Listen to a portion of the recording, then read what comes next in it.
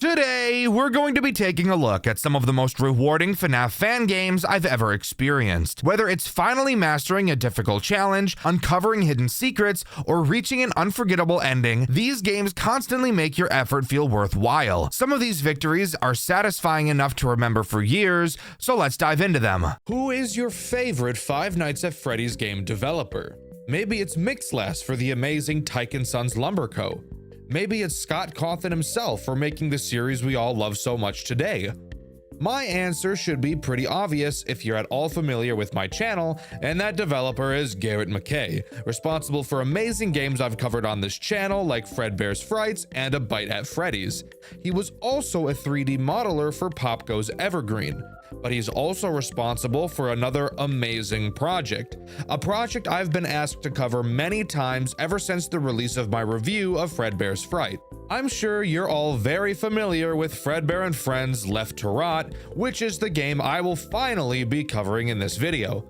Going into Left to Rot, I had no idea what to expect. I had seen absolutely nothing about the game going into it, which is how I go into most of the games I cover on this channel. All I knew was the game's developer, who I already had a lot of confidence in. So let's waste no time and jump into the long-awaited coverage of Fredbear and Friends Left to Rot. Rather than throwing you into a menu screen like most FNAF games, Left to Rot begins with a cutscene, similar to Garrett's other works. This cutscene appears to be an instruction tape, informing workers how to switch from the old Fredbear and Spring Bonnie animatronics over to the new and improved Freddy and Bonnie. We have to dismantle the old animatronics and replace them, afterwards adding Chica by Freddy's side. This is actually really interesting. Instead of just replacing the animatronics, we sort of reused some of the endoskeleton pieces from the old models, meaning that, technically, Fredbear is still a part of Freddy and Spring Bonnie is still a part of Bonnie. Something interesting to think about. After this cutscene, we're actually thrown into another cutscene. We're in a car on the phone with an unknown person. We're told by this person that we're supposed to enter an unnamed building and head straight into the office. Slowly disabling all of the building's systems, we're told that the animatronics inside act as security, and if they touch us, it's not gonna be fun. I know all of you goons think differently, so don't even start with the comments.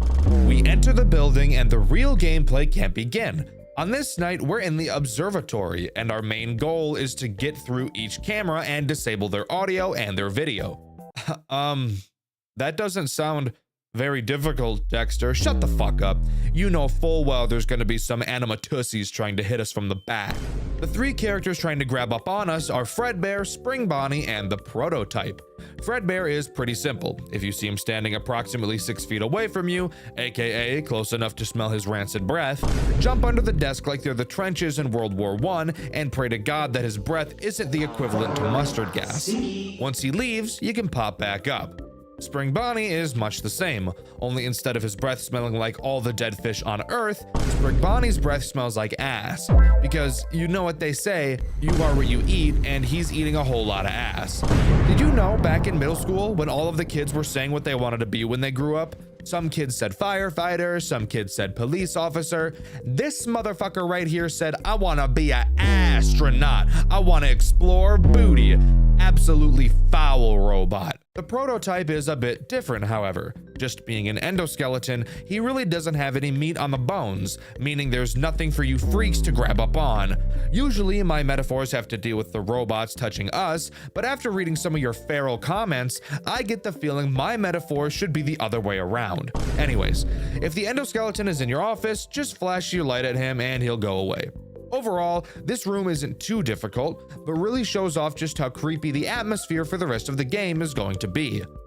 Also, yes, I said room, not night that time, because this entire game takes place in a single night, as we make our way through a giant building trying to find something that is so far unknown to us. Let's waste no time and hop into the next room. Before we can go into the next room, however, we have another minigame slash cutscene to go through. In this one, we see Freddy, who is actually talking to us.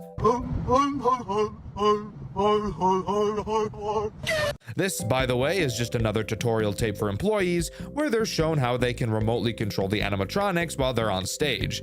We move his jaw, and my favorite, make him shake like he's having a seizure. Jumping into the next phone call, we stand outside of a mysterious door.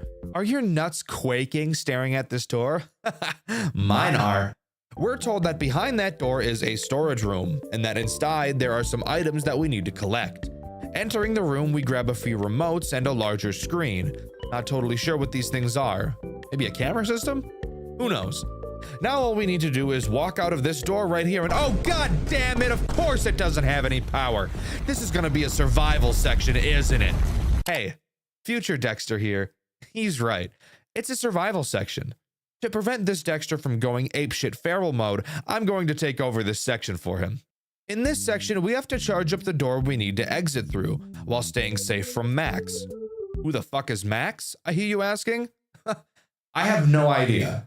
But he's behind this curtain. Seems to be a puppet type thing, I'm not really sure.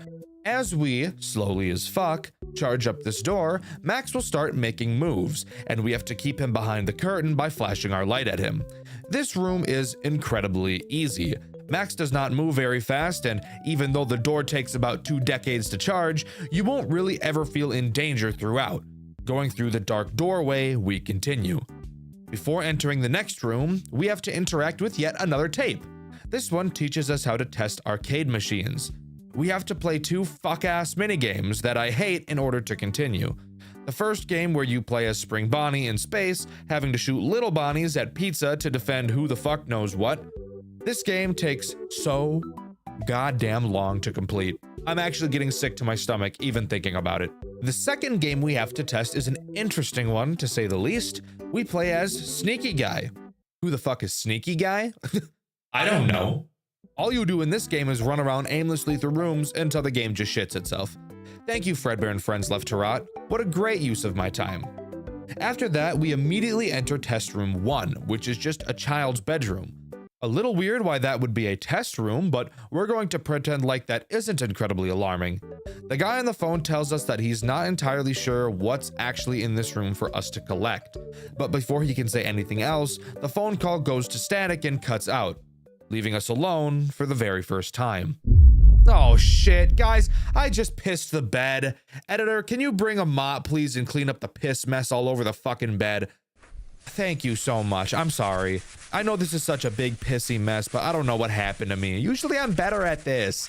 I mean, look at this mess. It's got to be at least a gallon or 2. Thank you, editor. I apologize for this disgusting inconvenience. You can leave now. Thank you again.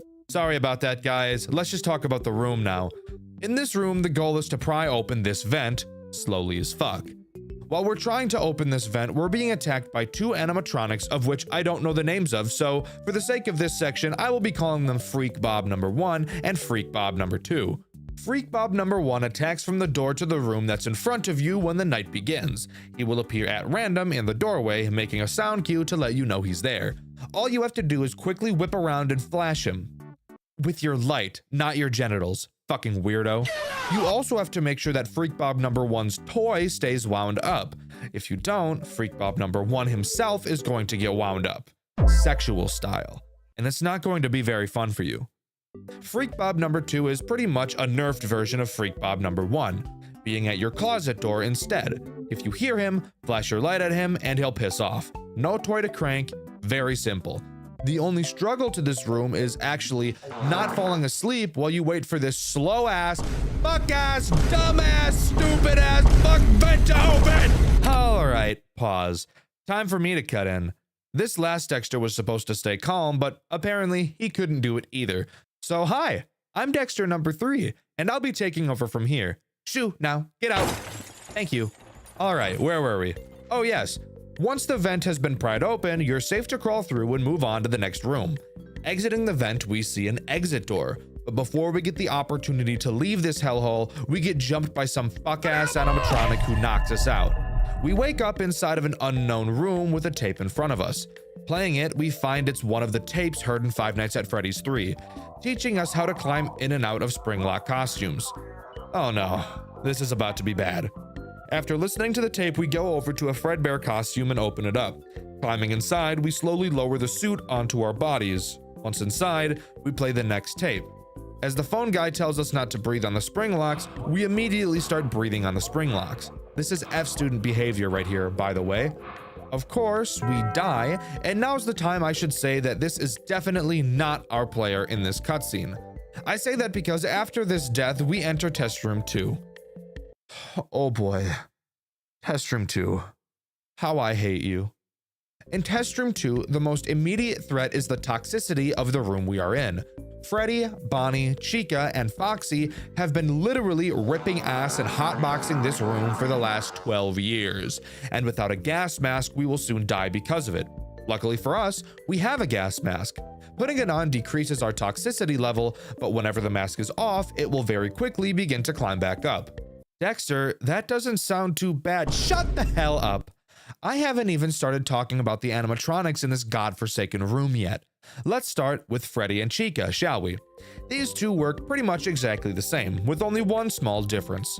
Freddy and Chica will enter your vents in an attempt to get to you. When you see them in your vents via your cameras, you will have to temporarily disable the fans in those vents to gas them out and make them leave. However, when you disable a vent fan, your toxicity will increase dramatically faster than you can handle, so you need to make sure you're listening for the vent sound cue to let you know they left so that you can quickly turn the fans back on. I said there was a difference between Freddy and Chica, and the only difference is that Freddy is goated and you'll be able to see him in the hallway, giving you a better warning as to when he's about to enter your vent. Bonnie is the next annoying character, so let's talk about him. Bonnie will appear behind you in your window. When you see him, he will lean in real close to give you a kiss. Now pause. While you may feel enticed to reciprocate, I would advise against that.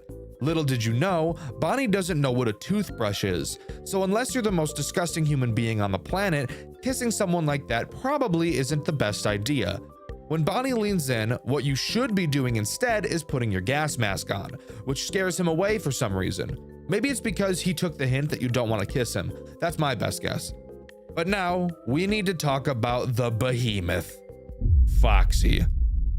Allow me to keep my composure when I say this. This is fucking bullshit!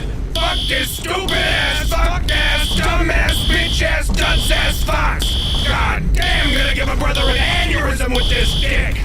Alright, I said it. I've tried to fight the demons throughout this entire video, but I just can't anymore. I guess I'm not allowed to just be calm and do a normal review without freaking out and losing my goddamn mind. This second test room broke me.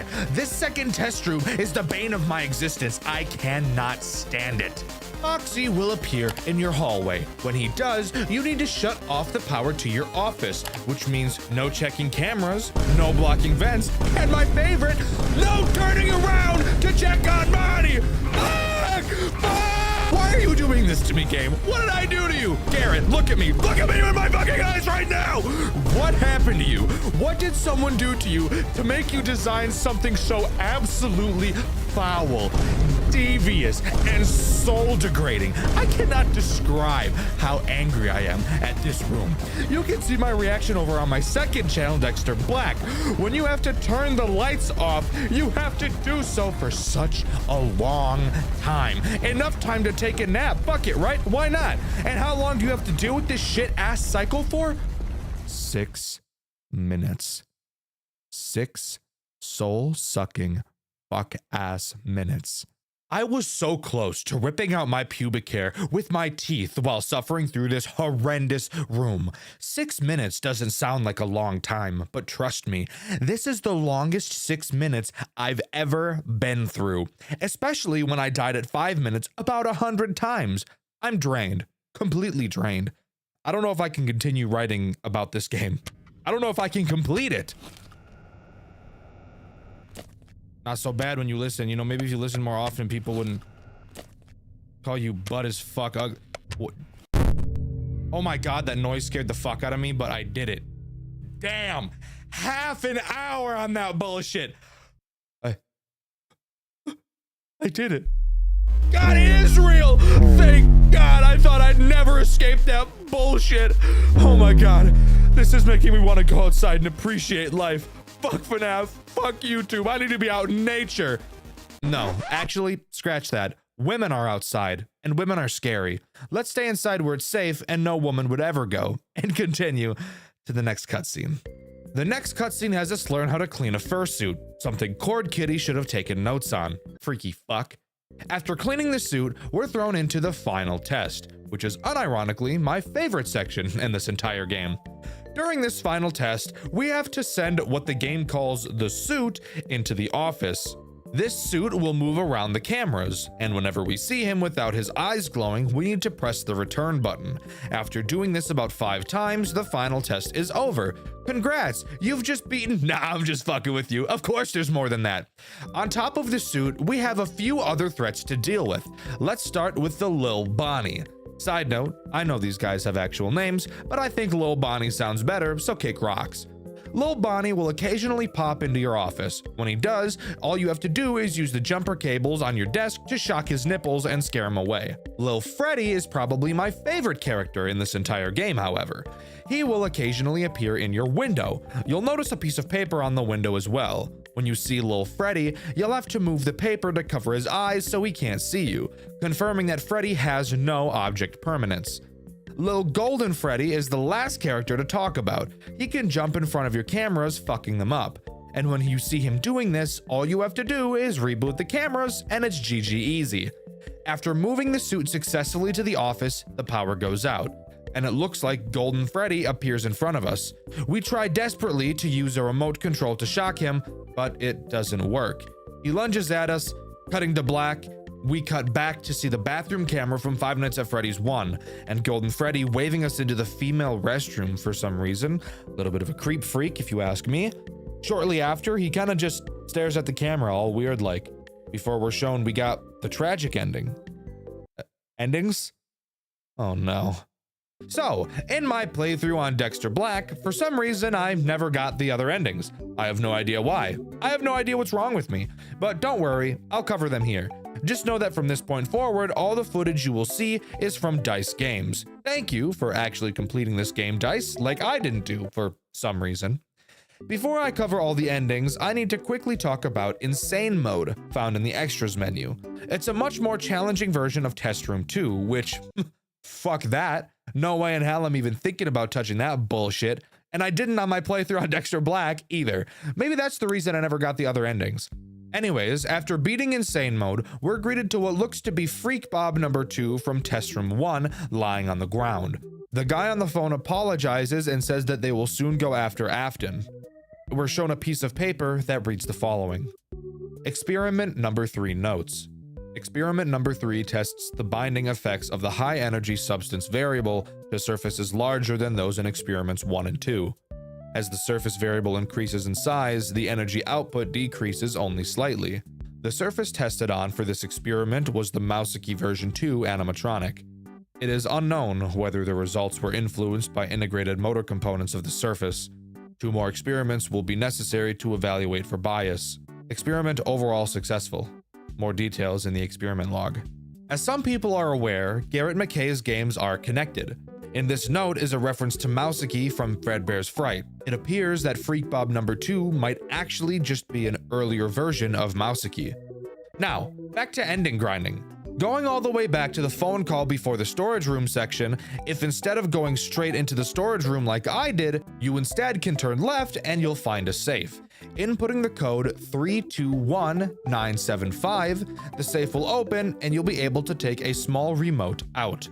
Using this remote, we can go back to the final test room and use that remote to shock the suit as it enters our office, fucking its shit up, making it get its jiggy on, giving us the good ending. We're greeted to a final cutscene where we box up Fredbear and Spring Bonnie for good, and we're told that because of William Afton, the company has to be sold and the building will be locked up forever.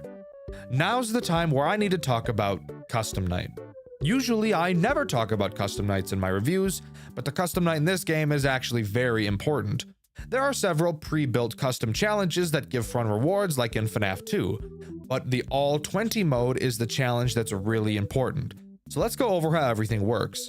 On custom night, we're in an office we've never seen before, with 4 monitors and 2 hallways leading to our office. First, how do we win? Well, on the 4th monitor, you'll see a list of detections. This is just like the mechanics from Pizzeria Simulator, where we have to deactivate everything on the monitor in order for the night to end. There are actually 2 pages of detections, meaning that we have 10 total to deactivate, and goddamn does it take a long time to even deactivate one of them. So cool, easy enough. Now, what about the threats? Let's start with Timothy, or as we've been calling him, Freak Bob number 2. Timothy will appear in the right hallway of your office. When you see him there, you'll have to use your hyper flash to scare him off.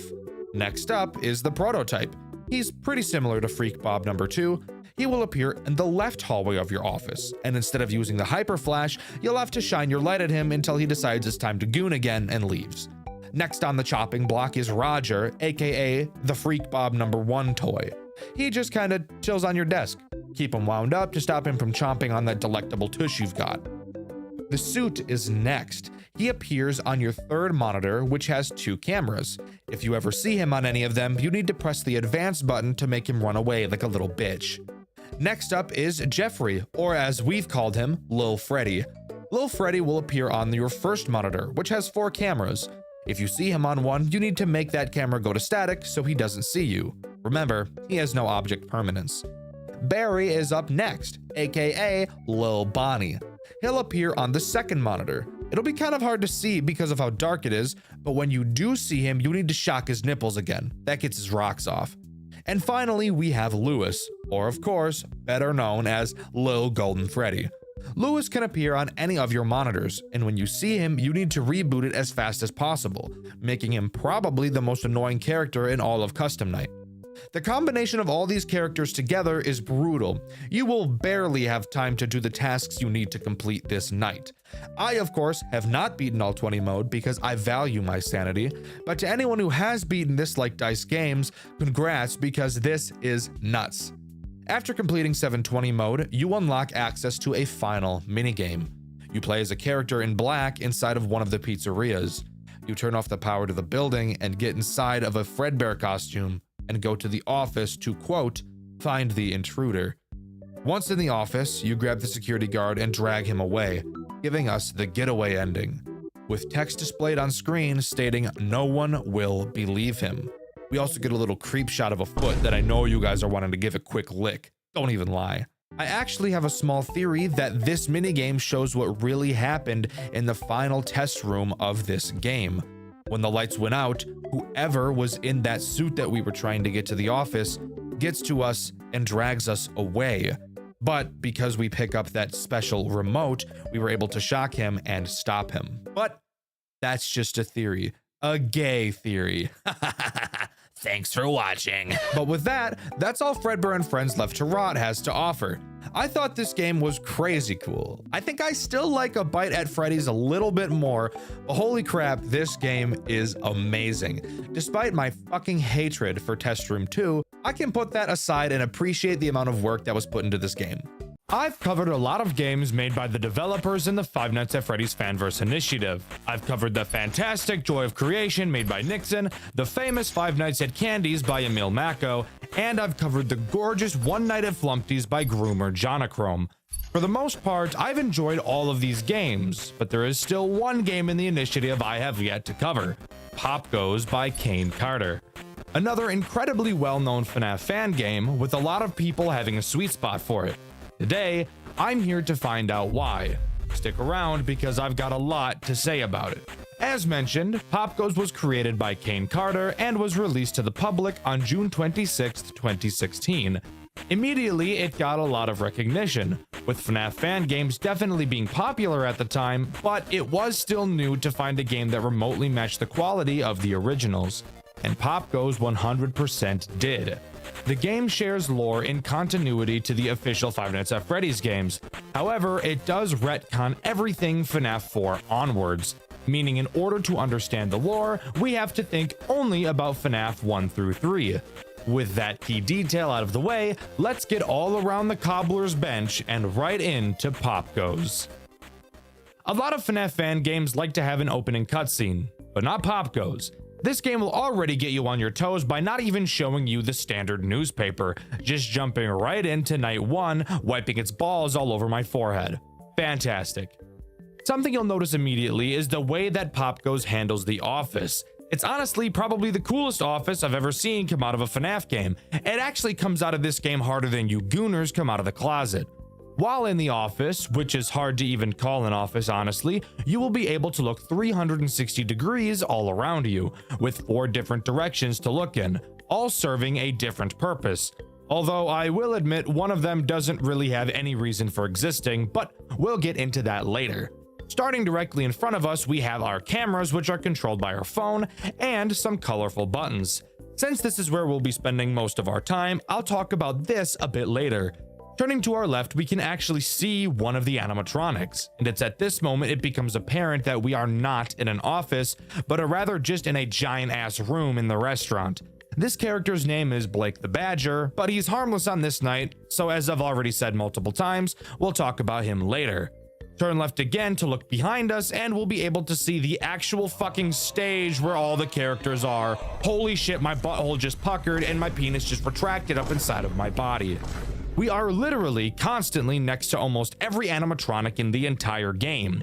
You might think that'll make just about everything in this game useless, since they're already pretty much free to grab up on us, but as you'll learn throughout this video, these guys have a very, how should I say this, retarded thought process.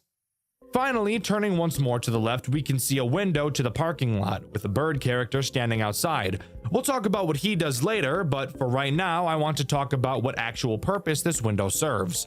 On the bottom of the screen, you will see a panic meter. Naturally, throughout the night, it will rise, and looking at animatronics will cause this panic meter to rise faster. In order to make it decrease, you'll need to look to the right at the window. I guess looking outside makes you remember how much you enjoy touching grass. Just kidding. Being outside is scary, and it's summer right now, so it's really fucking hot. I'd rather die than go out there. Fun fact, as I'm writing this script, I'm not wearing a shirt because of how blazing hot it is, even though it's only 9:45 p.m. What kind of bullshit is this? Why is it so goddamn hot where I live? This shit is ass. Oh, and by the way, as I'm recording this, it's currently 11:48 p.m. and it's somehow gotten even hotter. Also, by the way, put your dick back in your pants. You're not going to see me shirtless. And stop imagining it too. I already know how weird you fucking freaks are. Yes, I read the comments. Behave. Anyways, if your panic meter increases all the way, you'll be unable to do literally anything. That includes turning to look in any direction, and Popgoes will very quickly dig in your butt. Want to hear a really cool fact about this? Turns out I'm actually the most retarded person on the face of the planet Earth. The phone guy explicitly describes that if we're feeling panicked to look outside. I swear to you, I had no fucking idea that the window to our right was a window to the outside. I knew it was a window, but for some reason I couldn't tell that it was to the outside of the building. I thought it was just another room inside the building, and I think the reason I thought that was because the animatronic could be seen through it, and I didn't think that they'd place an animatronic outside. But that still doesn't make sense, because what I thought you had to do was look at camera 10, which is a camera out in the parking lot. While this does seem to decrease your panic very slowly, I thought it was going to be impossible to beat this game because of how slowly it dropped. Again, keep in mind, I can see the crow animatronic in this camera, and it took borderline until night 3 for me to notice that yes, that window is outside, and by looking out of it, my panic will decrease a fuck ton faster. It looks like the panic meter don't exactly work very well though, bro. Like, look, I keep fucking jumping back up and shit. What am I supposed to do with this panic meter, bro? It like doesn't go down consistently at all. Dude, this is bullshit. What the fuck are you supposed to do? That's not possible. What the hell is that bullshit? What? What's the point of turning except to see? Like, what's the point of this? Like this area. Wait, that's the... Oh, I'm retarded. This is the fucking parking lot. He means literally... Guys, I'm actually fucking retarded. Holy shit, guys, I'm a fucking idiot. Oh my god, that has to be actually the fucking stupidest thing I've ever done in my whole life. So, with that out of the way, let's talk about our camera system. Looking at it at a first glance may seem a bit intimidating, but this game actually does a fantastic job at slowly introducing new mechanics. It's actually probably better at this than any other FNAF game I've ever played before. Let's just focus on what needs to be focused on during night 1 and ignore everything else until it becomes relevant. Obviously, you can switch through the cameras like any FNAF game, and the cameras in this game use no power. In fact, this game doesn't even have power to begin with, which I think is something we can all appreciate. The only other thing on the cameras we need to worry about is the room shutdown button. This button does exactly what you think it does, temporarily shuts down the power to a specific room. You'll notice you can only use this button on cameras that have this weird device on them, and if you can't tell what this is, it's a 3D printer. Why are there 3D printers here? Well, canonically, I'm pretty sure it's because the kids that come to the restaurant can print out their own animatronics or something like that. I don't really know. I was more focused on the phone guy talking about his boring ass life. I wasn't really paying attention to the actual story of the game very much. Where these 3D printers come into play during gameplay is when we talk about our boy, Pop Goes the Weasel. Yes, we are actually introducing the main character of the game on night 1, something quite a few FNAF games don't like to do until later nights. Pop Goes will leave his stage and head towards any room with a 3D printer, which by the way you can actually turn around and watch him leave via walking through the very room you're sitting in. Remember how I said the characters in this game make some pretty retarded decisions? Yeah, this is one of them. If Pop Goes' goal is to kill me, why doesn't he just do it? He's literally directly behind me. It would not be hard at all. In fact, the only time he does kill you is when your panic meter gets too high. So if he doesn't kill you himself, how is he a threat? Great question, and one I'm going to answer because no shit, it'd be a pretty shitty review if I didn't explain anything. Once Pop Goes enters a room with a 3D printer, he will attempt to print out a piece of a character called the Black Rabbit. It's literally just Shadow Bonnie from Five Nights at Freddy's 2. In order to stop him, you will have to shut down the room he's in before he prints it. This will make the printer turn off and will make him leave to go find another one. After a few seconds, the power to the room will automatically come back on, so you don't have to worry about losing sight of the room forever. Pop Goes is completely relentless. The moment you shut down one room, it won't be long until he attacks another, which actually leads to a constant pressure gameplay loop. Typically something I would find unfun, but again, this game actually does it incredibly well, and I think it has everything to do with how well it introduces new mechanics. But back to Pop Goes. If you don't shut down the room fast enough, he will print out a piece of the Black Rabbit and walk back to the office. If you turn around, you can actually catch him placing the piece he printed out on the table behind you. If he prints out every piece, the Black Rabbit will become active and immediately kill you. I personally never died to the Black Rabbit, which goes to show either how easy this game is or how much fun I had playing it that I was able to find a rhythm. I should briefly mention how the phone calls in this game work, since they're also quite a bit different from most I've seen. Unfortunately, the phone guy is British. I know that should be given a warning in and of itself, but let's try to move past that tragedy. After getting the typical phone guy spiel, you're given 3 options for things to ask him, and whatever you choose will actually give you some branching dialogue, giving a small bit of replayability to each night. One option usually elaborates on a mechanic, another usually does some lore dumping, and the final is typically just some silly fun. Small details, I'm telling you, they're what make me appreciate games the most. But after beating night 1 in typical FNAF game fashion, we're tossed into a post-night 8-bit minigame to do some lore dumping. Except this game actually does it a little different than other games do. Each minigame takes place in the same area. This weird red maze-ass area. I have no idea what the floor is supposed to be made of, but let's ignore that. In this minigame, we play as Stone the Crow. This is the same character that stands outside of your window in the parking lot, by the way. Each character you play as in this minigame will have a different path you need to follow, and a different item you can interact with. This is the route you need to take as Stone. Following this path will lead you to a balloon boy chained up. Once you see him, the minigame ends. However, if you want to get one of the special endings in this game, there is something you need to do first. In each minigame, you will be able to find a secret character named Simon. Once you find him, you will be transformed into what I'm going to call a purified version of the character. Once purified, if you head over to the balloon boy, instead of the game just ending, you'll actually be able to free him from his shackles. This will happen in every minigame, just with different paths and characters. Additionally, if you interact with Balloon Boy's hat before you reach his room, a short cutscene will play. And by cutscene, I mean a single fucking drawing. But hey, that's cool, I suppose. As far as I'm aware, looking at these drawings doesn't aid in getting you a special ending, just some fun extra lore to find. Night 2 introduces 2 new characters, except they both do the exact same thing at the exact same time in the exact same way, so they're basically only one character.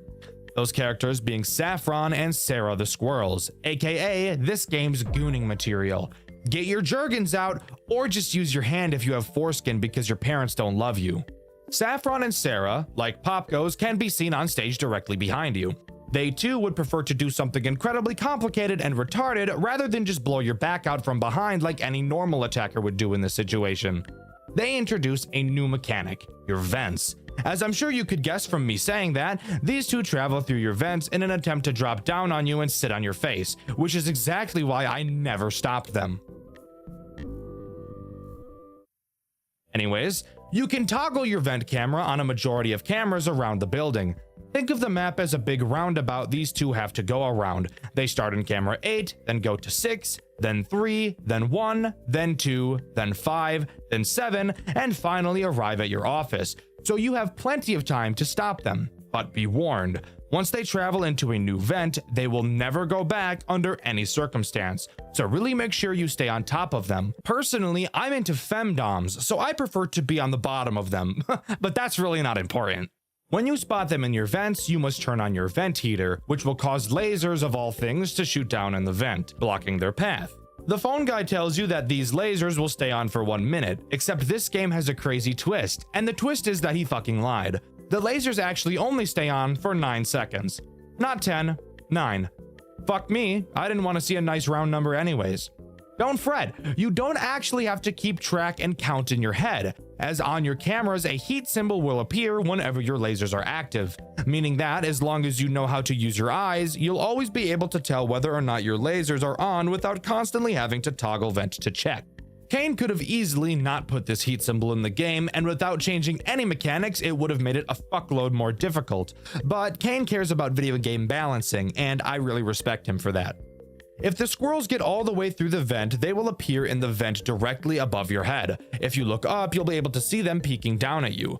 Much like Pop Goes, these girls actually never attack you. Instead, what they do is snatch up your phone like a frat boy snatches up Easy Cooter. Obviously, without your phone, you won't be able to switch cameras, meaning Pop Goes will be free to build up the black rabbit and you'll be done for. However, it's much more likely that your rapidly climbing panic meter will get you killed first. Anyways, on to the post-night minigame. This time we play as Saffron and we're tasked with finding Toy Freddy. Very similar to last night, we can find Simon, become purified, and free Toy Freddy from his shackles. Oh yeah, and additionally can view another picture with some loud-ass music playing as well. Lore or something! Also, by the way, here's the path you need to take. Night 3 introduces one new threat, Blake the Badger. However, I first want to talk about a threat I haven't mentioned thus far, Stone the Crow. He actually has 2 different attacks, one that becomes active early in the game and one that doesn't become active until a later night. Both of his attacks are actually the most threatening and annoying out of any character in the entire game. Crazy how one character can have multiple ass-erupting problems that I hate. His early attack has him just be an annoying prick. He will occasionally appear on your cameras and block your entire view. This prevents you from seeing Pop Goes, which is obviously not great. But if that wasn't enough, when you look at him, your panic meter actually increases way faster than normal. And want to know the coolest part? The higher your panic, the more commonly he appears on your cameras. That's a fucking wombo combo if I've ever seen one before. Holy shit. Leave my poor anus alone. It's had enough. In order to make him stop appearing on the cameras, you obviously have to lower your panic. Ironically, by staring at him out in the parking lot. Let's just pretend like that makes sense. Anyways, now I can talk about Blake the Badger, a character who is literally just fun. As I mentioned previously, Blake can be seen directly to your left. This, by the way, is the direction that is pretty much useless to look in. Along with seeing Blake, you can also see the door to the server room in this direction. If you look this way long enough, you'll see Blake walk into this server room. You can view the server room on your cameras where you can see Blake present. This camera is one of the reasons why watching him move real time doesn't matter, because you'll be checking the cameras consistently anyways. Blake has you play Simon Says. Hey, Simon! Like the guy in the minigames. I wonder if that's a coincidence. Once Blake is in the server room, he will set the monitor inside to a certain color. On your desk, you will see 5 different buttons, each with a differently colored circle on them. What you need to do is click the circle that's the same color as the monitor in the server room, and then press the Blake button next to your monitor to call him over so we can check if you chose correctly. When you call him, by the way, he will literally come right up to you. If you turn to the left, you will see him staring right at you, which kind of startled me the first time I saw it. If you got the colors right, he won't attack you and will go back to minding his own business. Get it wrong and you're obviously fucked. Want to hear another reason why looking to the left is not worth it? Well, if Blake happens to be there because he's checking on your color, if you look at him, your panic meter will increase drastically. So there is literally never a good reason to look to your left, ever, so just don't. Night 3's post-night minigame has you play as Sarah. I'm sure you can already guess what you need to do. Find Simon, become fearified, and find my wife Toy Chica and free her from her shackles, and then let her use those shackles on me so she can have her way with me. But let's leave Chica and I alone while you guys move on to Night 4. Oh yeah, and here's the path. Night 4's new threat is Stone the Crow. While yes, I've already established his camera blocking threat, that's not the only threat he has, as I've already mentioned. This is the night where his much more annoying problem arises. If you are to look out of the window for too long, Stone will turn his head towards you and, I'm not joking, make the most ear-piercing, skull-fucking degrading screech I've ever heard in my entire life. I'm not lying. It's actually the loudest noise in the whole game, and it scared the fuck out of me every single time I heard it. Oh, for fuck. My goddamn ears, bro. When he turns his head at you, your panic meter will increase faster than anything else that causes it to increase. Like, I'm talking fast as fuck. Usain Bolt type shit.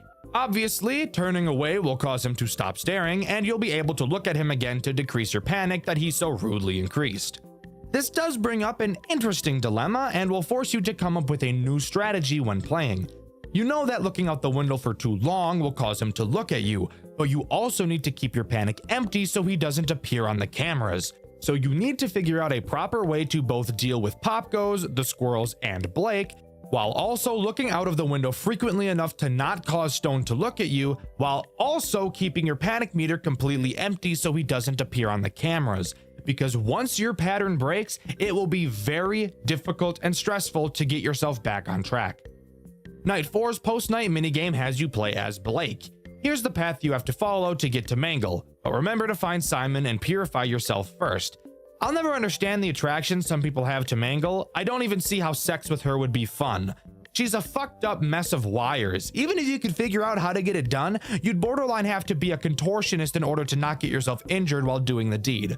Anyways, on to Night 5.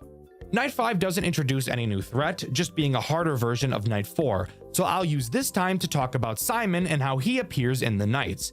That's right, Simon himself does appear in each night. However, I never saw him throughout my playthrough, which you can find on my second channel, Dxtr Black, and that's because of how specific finding him is.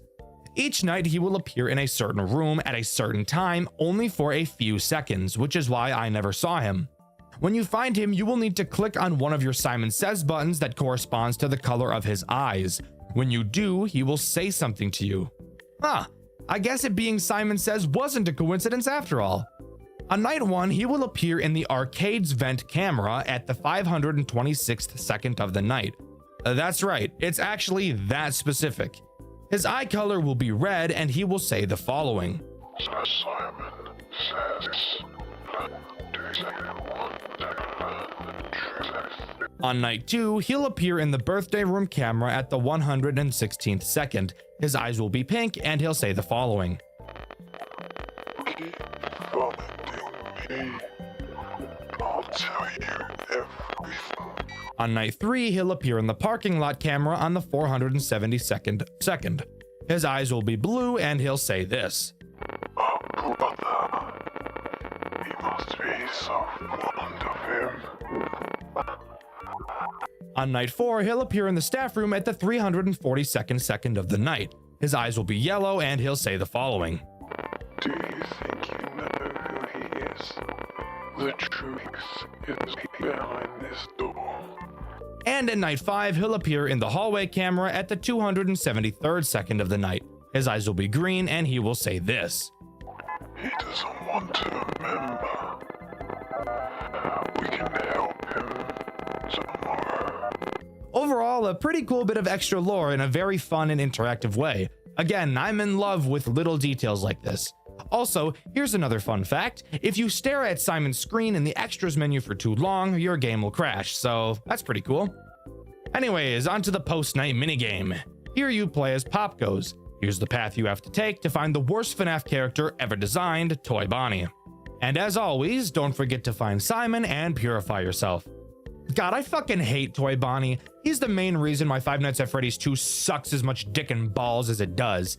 I know people have found a way to make 1020 mode not random, but fuck you. He's still a bag of dicks. Night 6 once again adds no new threats, just being the hardest non-custom night in the entire game, really amping up the game's difficulty. I want to talk about two things during this night.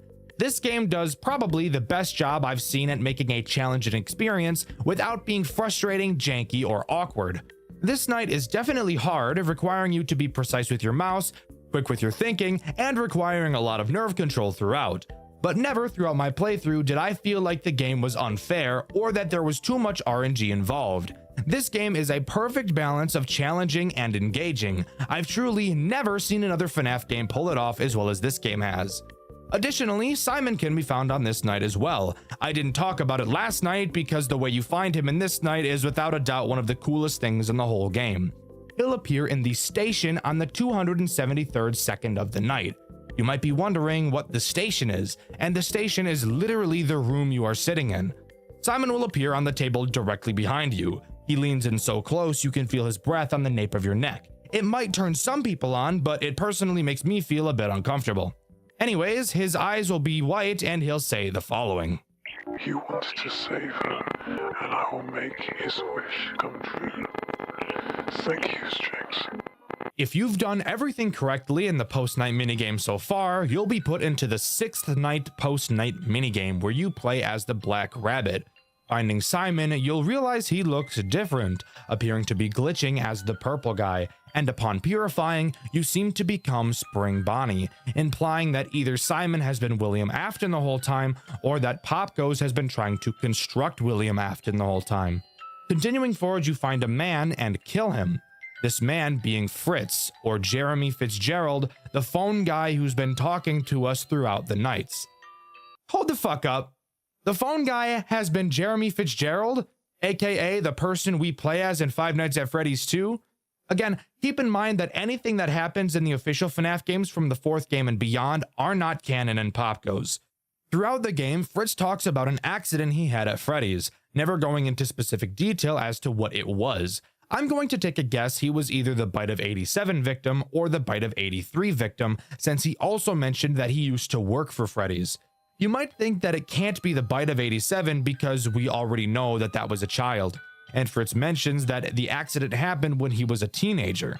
But again, remember that we learned it was a child in Five Nights at Freddy's 4, which isn't canon to this game, so it could be up in the air. If you have a better idea, or you know I'm wrong as fuck, let me know in the comments. I love reading your guys' corrections. During the last night of this game, Fritz asks us a question. Would we forgive someone who did something terrible, given that we've known the person for a long time? Then, instead of getting to ask him a question at the end of the call like every other night, we're instead only given the option of selecting yes or no, with no response given after our answer. I'm going to assume that this hypothetical question is about William Afton after he did what he did to the children. Fritz mentions earlier in the call that he feels like William probably had a good reason to do what he did. Fritz knew William and didn't want to believe he killed the kids with no good reason. I think he asks us that question in an attempt to make himself not feel so alone in wanting to forgive him. After killing Fritz in the final minigame, one last cutscene plays out. We're back in our office and we watch as Simon approaches us and stares deep into our eyes, making us fall in love. No, I'm kidding. I mean, he does stare at us, but I highly doubt it's for that reason. And with that, we get the grave ending. As far as I'm aware, this game's version of a true ending. And that's where Pop Goes comes to a close. Overall, I actually love this game. Originally going into it, I was nervous that this video was going to be another hit piece like Jolly, but I was actually very pleasantly surprised when it turned out to be a very enjoyable experience. I truly think that this game has the best difficulty balancing of any FNAF game I've ever played. Each mechanic feels solid and has great synergy with every other mechanic, without having the game feel unfair and overwhelming while still providing a satisfying challenge. The story isn't too convoluted, and there's not a lot of garbage hoops to jump through to be able to experience it. which for someone like me who dreads learning the lore in games can really appreciate. Because of all of these reasons, I'm placing Pop Goes in my top 10 favorite FNAF games of all time. I honestly really enjoyed my time with this game, and I highly recommend all of you give it a try. You won't regret it. Also, I'm aware that Pop Goes is getting a remake, and I'm incredibly excited to review that when it comes out. What makes a horror game truly scary? Is it jump scares, atmosphere, build-up? Well, of course, all of these things together and more is what builds up a horror game to be something amazing. But I think if I had to choose one word to answer the question, what makes a horror game truly scary, my answer would be realism. In order for your game to be truly scary, I feel like the player has to be able to connect with your game on a personal level. And what better way to make that happen than to make the environment around them feel real? The game we'll be talking about today, I feel, pulled this off almost perfectly. A Five Nights at Freddy's fan game that was able to capture the real feel of an office, an environment, and realistic means of self-defense in a situation that seems so dire you'd think you'd never be able to make it out to tell the tale.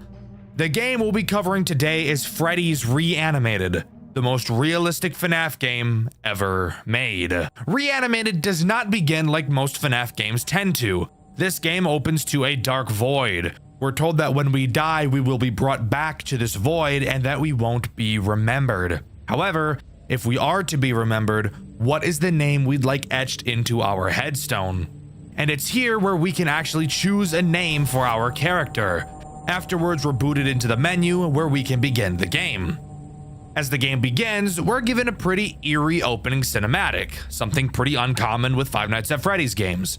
It serves to show how we found the job online on a listing site to work as a security guard for 5 days in an abandoned pizzeria. Fantastic! I know myself personally would never accept a job that I know for a fact won't even last a week, but hey, different strokes for different folks, I suppose. With that, we're thrown into the first night where I can talk about hands down one of my favorite parts about this game. Loading into the office, we're hit with something crazy. This game looks real. The office looks like an actual office, with objects placed around that actually look like they should be there, not just a random assortment of items like we typically see in FNAF games. And the sound design is amazing. This game looks real, it sounds real, and I think that's one of the big reasons why people love this game so much. It tries to feel real. Watch for when he's closest. He can be tricked easily. What the fuck does that mean, bro? Holy shit. Oh my god. What the fuck? This looks sick. Of course, like most FNAF games tend to do, we have a phone call on each night to listen to. Instead of the usual where the phone guy at least sounds somewhat like they know what they're doing, the phone guy in Reanimated sounds baked out of his fucking mind.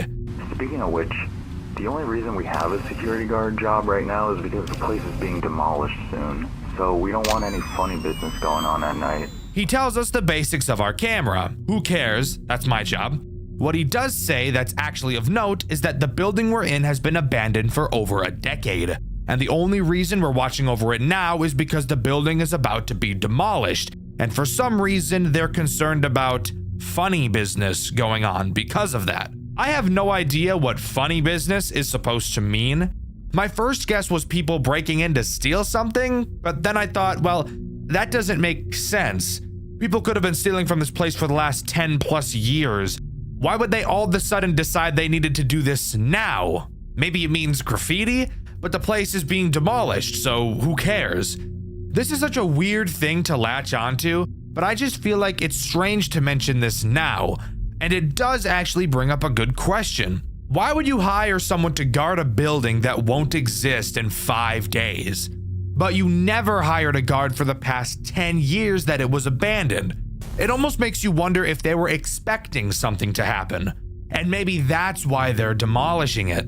Before I get into any of the characters, let's talk about the controls of this game and the 3 tools at our disposal.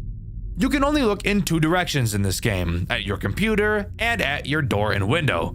Something super interesting about this door is that it is actually just a door. which is pretty scary in a game like this where your doors are mainly known as your only means of defense. You can pull the blinds of your window down if you want to, and when I first found that out, I was reasonably concerned as to why. I see this right here, and I know this game's about to be fucked. I know this game is about to be so fucked, dude. It's just a normal fucking door. Bro, these motherfuckers gonna open the shit out of that thing. And we'll get into why in just a minute. But first, I really want to talk about the cameras and why they serve to be one of the most difficult things to deal with in this entire game. Upon looking at the cameras, you'll realize there's no typical camera map and buttons. Instead, there's just arrows at the bottom of the cameras that you can click to move from one camera to the next, fairly slowly. This is brilliant in two ways. With the realism approach that this game is taking, looking at the surroundings, we can tell that this game takes place a pretty long time ago in 2013. We can tell this because of the confirm window at the beginning of the game being Windows 7 and the fact that the game tells us.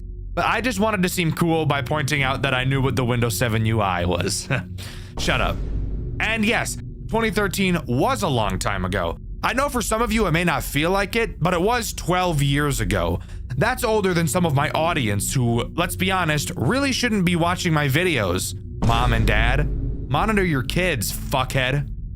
Knowing this, and knowing that the game is aiming to be realistic, opting to use a slow, outdated system like this is genius, even if, yes, I think it's AIDS and very annoying. However, once we start talking about the way this game plays, I'll bring up why I think the way these cameras are set up is needed. Anyways, on to the reason why I think this is as annoying as it is. Mainly because it's not consistent in one way that I would expect it to be. There are 9 cameras in total to surf through. When you reach camera 9, if you press the forward arrow again, you will be sent back to camera 1. That makes sense. So, what do you think happens if you press the back arrow while on camera 1? If you said you go back to camera 9, you would be completely wrong because the back arrow doesn't even fucking exist on camera 1. Why is this the case? I have no idea. If it was consistent either way, this wouldn't bother me. But you can cycle in one direction and not the other. And yes, this is noticeable and it does matter. Now we can finally talk about the first threat this game throws at you. I'm sure you could have guessed who it is. That's right, it's Chica. I lied, it's Bonnie. Of course it's Bonnie. Surprisingly, each character in this game attacks you in a unique way. Even though we only have 3 tools, this game somehow manages to make each character vastly different from one another, and I think that's amazing. Bonnie's main goal is to sneak into your office. He will move around the cameras until he gets to your door. And when he gets to your door, be ready. Close that motherfucker! Oh my god. Dude, literally fuck that. Literally fuck that. The moment I saw this, I knew that this was getting a Dxtr White video. And even the people in my comments over on my second channel, Dxtr Black, knew that this game was getting a white video. I actually had another video lined up for this week, and I've chosen to postpone it so that I could talk about this game first, since I love it so much. It's moments like these that FNAF games need. Once Bonnie is at your window, all you have to do is hold down your blinds until you hear his big fat feet galloping away. Not an overtly difficult character to deal with, but really paves the way for what the rest of this game has to offer. Luckily for us, there's a post-night minigame section after each night that we get to talk about. But hold up, Dxtr. Don't you usually hate post-night minigames? Yeah, typically I do. However, this game's post-night minigames don't make me want to shove a porcupine in my asshole backwards. There's no repetitive 8-bit minigames, and again, what we're doing in these minigames still feels realistic. After completing the night, we get another call from the phone guy. He asks us before we head home to go into the storage room and find an old computer, which we can use to upload some old pictures and footage of the building to the cloud. He says he wants to upload some of the interesting stuff to his personal blog, which I'm sure violates some sort of contract, but who am I to care? I break the law all the time. For example, if I was in the UK, I'd probably be arrested on the spot because of the language I choose to use. Anyways, Something I think is cool is that we actually get to walk into the back room. We don't just miraculously get placed there. This will become important later, by the way. After walking into the storage room, we can access the computer and start uploading files to the cloud. You'll notice that you can turn to the exit of the room. For now, it's unknown why. After waiting for ages for the upload to finish, we walk out of the storage room and finish out our shift, moving on to night 2. On night 2, we get another call from the phone guy, where we find out that our player is actually trying to do something about the fact that the characters are moving. Apparently, we sent an email to the phone guy explaining that we saw Bonnie moving. We called him the creepy rabbit, which seemed to frustrate the phone guy a little bit, to the point he corrected us on his name. Oh yeah, and that creepy rabbit you were talking about, he has a name. It's Bonnie. Sure, this could have just been playful, but I get the funny feeling it's not. The threat introduced on this night is Chica, arguably the least threatening character in this entire game. Chica will randomly wander around your cameras, and she has the chance to charge at your door from 2 of those cameras. Except the difference with Chica approaching your door is that closing the blinds will not stop her. She can attack on cameras 2 and camera 4. You can tell when she's going to attack based on the position she's standing in.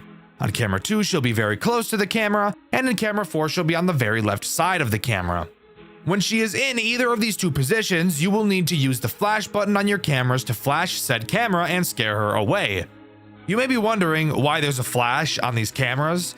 That's not very realistic, and Dxtr, you told me this whole game was realistic. And now hear me out. Usually I'd agree with you, but I want you to take that concern like a boomerang and launch it as far away from you as possible. Night 2's post-night minigame has us go back to the computer in the storage room to fiddle with the power system. Now this you can complain about because I have no idea what the hell that is supposed to mean. And actually doing the task doesn't really answer anything either. We are shown a series of sliders that we have to quite literally fiddle with.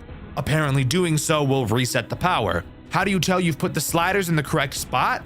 Well, you just have to do trial and error. Move one slider a single place, press reset, and if it turns red, change it again. This is very monotonous. If only there was something else on this night to cure my boredom. I don't want to look back. What did I tell you? It's moments like these that really make these FNAF games stand out. To any future FNAF devs, do cool shit. Your game does not have to be stupidly hard to be memorable. It just has to do cool things. And this is some of the coolest shit I've ever seen. While looking at the computer, Bonnie will slowly try to creep closer and closer to you. You will have to look back at him lest he shoot his Jeep juice all over your spine. You can actually watch him walk backwards while you look at him, almost like he knows you've noticed he's moved, and is attempting to readjust himself so you go back to looking away. What the fuck? Oh my god, oh my god, oh my fucking god! Did you see that shit? Motherfucker just crip walked back, he moonwalked. It's honestly some of the creepiest shit I've ever seen come out of a FNAF game, and I love it. After completing this minigame and turning towards the door, you'll realize that Bonnie has gone away. Obviously getting bored of you because you're boring. So all we have to do now is walk out of the building. You want me to walk out that motherfucking door? You honestly want me to walk out that fucking door? I mean, I'll do it, but fuck. Oh my fucking god! This game is fucking awesome, by the way. But now it's time to move on to night 3. On night 3, the phone guy says he got another email from us because we told him that Chica was now moving too. He said that in case anyone else starts moving, we should use the flash, because they're probably not used to bright lights. Again, I find this weird coming from him. And come to think of it, why would any of the animatronics from any FNAF game be sensitive to light? They're always on stage where bright lights are beaming on them almost constantly. So I just find it odd how much the phone guy seems to want us to do this. He ends off the call by stating he wanted to tell us a story, but he's out of time. Maybe we'll hear that story another day. For now, let me tell you the story of Sparky the dog. You remember, the hoax character that was said to be in Five Nights at Freddy's 1 way back in the day? Yeah, Yeah, for some reason he's in this game, and he's the threat introduced on night 3. His mechanics are simple, but really start to show how annoying this camera system is going to become. Occasionally, Sparky will bark. When he does, he will be teleported to a random camera. You will have to find which camera he's on and flash him. Am I a huge fan of this mechanic? No, not at all. And I'm really not a fan when I have to meticulously scrape through each camera one by one. Overall, so far, it's not going to be all too bad. Keep your eyes on Chica, find Sparky every once in a while, and occasionally hold the blinds for Bonnie. Simple sugar, not so bad. But trust me, it'll get bad pretty damn fast. After completing the shift, we get another call from the phone guy. He tells us the cameras have been acting strange, and that we should use the computer in the storage room to reset them. He also curiously mentions that he has remote access to the camera system. So that brings up the question, why the fuck are we even here? If someone else is able to watch the cameras in the safety of their own home, where there aren't a bunch of murder robots trying to butt fuck them, who cares? Let's just finish our shift and head to the storage room. I'll see you on the flip side. I'll see you in the grave, asshole. So let me tell you a little something. Oh my fucking God! I love this game. I don't know if that was obvious or not. Entering the storage room is when we enter by far the most difficult minigame section in this entire game. I'm not kidding. We're tasked with literally just holding a button down on the PC. Once it charges all the way, we'll reset a camera and move on to the next one. However, when you let go, the bar will very quickly decrease. That may not sound so bad. It would only be bad if we had a certain purple distraction trying to blow our backs out now, wouldn't it? What the fuck? What? Bro, he's fast as shit. Bonnie is the sole reason why this minigame is so AIDS. Bonnie, for some reason, thought that today was the day he was going to take the Rock Lee ankle weights off and show us his true speed. Bonnie is so astronomically fast during this minigame, it's not even funny. 3, 2, 3. Oh my motherfucking God. Oh my fucking God. Oh my fucking God. Can I break his knees? You have maybe 2 seconds of time to look at the screen before he kills you, so you have to be fast. And what adds to the difficulty of this night, the hitbox of the progress bar you have to click and hold. Swiping your mouse back and forth to check on Bonnie, then moving back to the computer is insanity. And when you come back, you have to hold the position of your mouse on this tiny little progress bar and continue to hold. But you can only hold for maybe 1 second before you have to turn back around to Bonnie and wait for him to walk all the way back to the door. And keep in mind, the progress bar is decreasing every time you look away, so you're really just fucked. And once you complete a camera is when you notice you have to fix 3 more. And if you ever die to Bonnie, go back into them all over again. Fuck you. This minigame took me around 30 minutes to finally complete. It's unironically the second hardest canonical challenge in this game, and I would love to have to never do it again. Oh, but one more interesting detail about this minigame. The final camera you fix briefly shows Foxy in the camera. Oh boy, I hope that's not foreshadowing or something. After completing that hell, we don't have to almost get touched by any robots on our way out and are free to move on to night 4. The phone guy calls us and fucking rambles about some bullshit I don't care about. He says that there was an ancient civilization that archaeologists found, and those researchers were later haunted by handprints of the ancient civilization. Again, I really don't give a fuck. This is purely symbolic for the story of the game, which I'll talk about later. But this was the story he was itching to tell us. I would rather itch my balls than hear him talk about that again. The threat introduced on this night is Foxy. Spoiler alert, the camera was foreshadowing something. Foxy acts exactly how you think Foxy would act. You have to look at him to stall him, and if you don't, he'll run to your office. But as I'm sure you could have guessed, he too doesn't care about your door. Watching him will push him back, so just make sure you're doing that. Something of note is how Foxy breaks the cycle you've been really trying to build up throughout the game, forcing you to develop a new one. Up until this point, watching Chica has probably been your main focus. But now with the character that demands even more attention, I'm sure you could figure out why Foxy will put a big wrench into your plans. Now you have to find a way to constantly watch Foxy and Chica. And lucky us, Foxy is on camera 6, several cameras away from Chica's attack cameras. This game knows what it's doing. Sure, it's frustrating, but it's also genius. In this post-night minigame, we're told we have to fix a ventilation problem. Phone guy tells us it's just turning a few knobs. The ventilation room is in a door right off of the storage room, so the storage room is where we go. I don't see anyone yet. Hi, Bonnie. Were you expecting me to go there? Were you expecting to cut me off? Sorry, asshole. Not gonna happen. Is that not horrifying? Bonnie is standing right next to the computer we've been going to every night. He's starting to remember our patterns, getting to the computer before we can in hopes that he could jump us. But lucky for us, the computer is not where we need to go this time. Entering into the ventilation room, we have 6 knobs in front of us and 2 large vents to our left and right. Pretty reminiscent of the office from Pizzeria Simulator. I wonder if anything is going to come through those vents to try and kill us. Silly little viewer. Of course there is. This minigame's threat is Foxy. Throughout the minigame, Foxy will make quiet sound cues in whichever vent he's about to attack from. When you hear him, all you have to do is turn to stare at him until he goes away. Meanwhile, you have to painfully slowly turn these 6 knobs, which will take a very long time. Because as you get closer to having them all finish, it seems that Foxy will attack you more and more frequently. After completing this task, we can leave with no other funny business taking place. Finally, we're left with one last night. One last thing standing in our way, and this game holds no punches in introducing it. Before you is something long forgotten.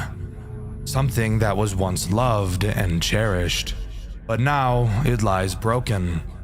It is left abandoned. You know what becomes of something long forgotten. It dies a second death. It grows cold. It is unmoving. But what if some things don't wish to be forgotten? Do you know what happens when something refuses to be forgotten? It becomes angry. Anger is eternal. Anger grows, it festers, it burns, it writhes, and then it finally happens. It is given new life. It returns to us. It haunts us. However, it doesn't return as it once was. It returns as something else, something unrecognizable. Through its anger, it is reanimated. And with that, we're given one final message. The flash slows him down. Godspeed.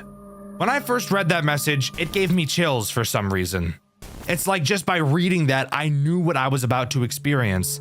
Absolute agony. We get another call from the phone guy. He explains his reasoning for why he thinks the robots are alive.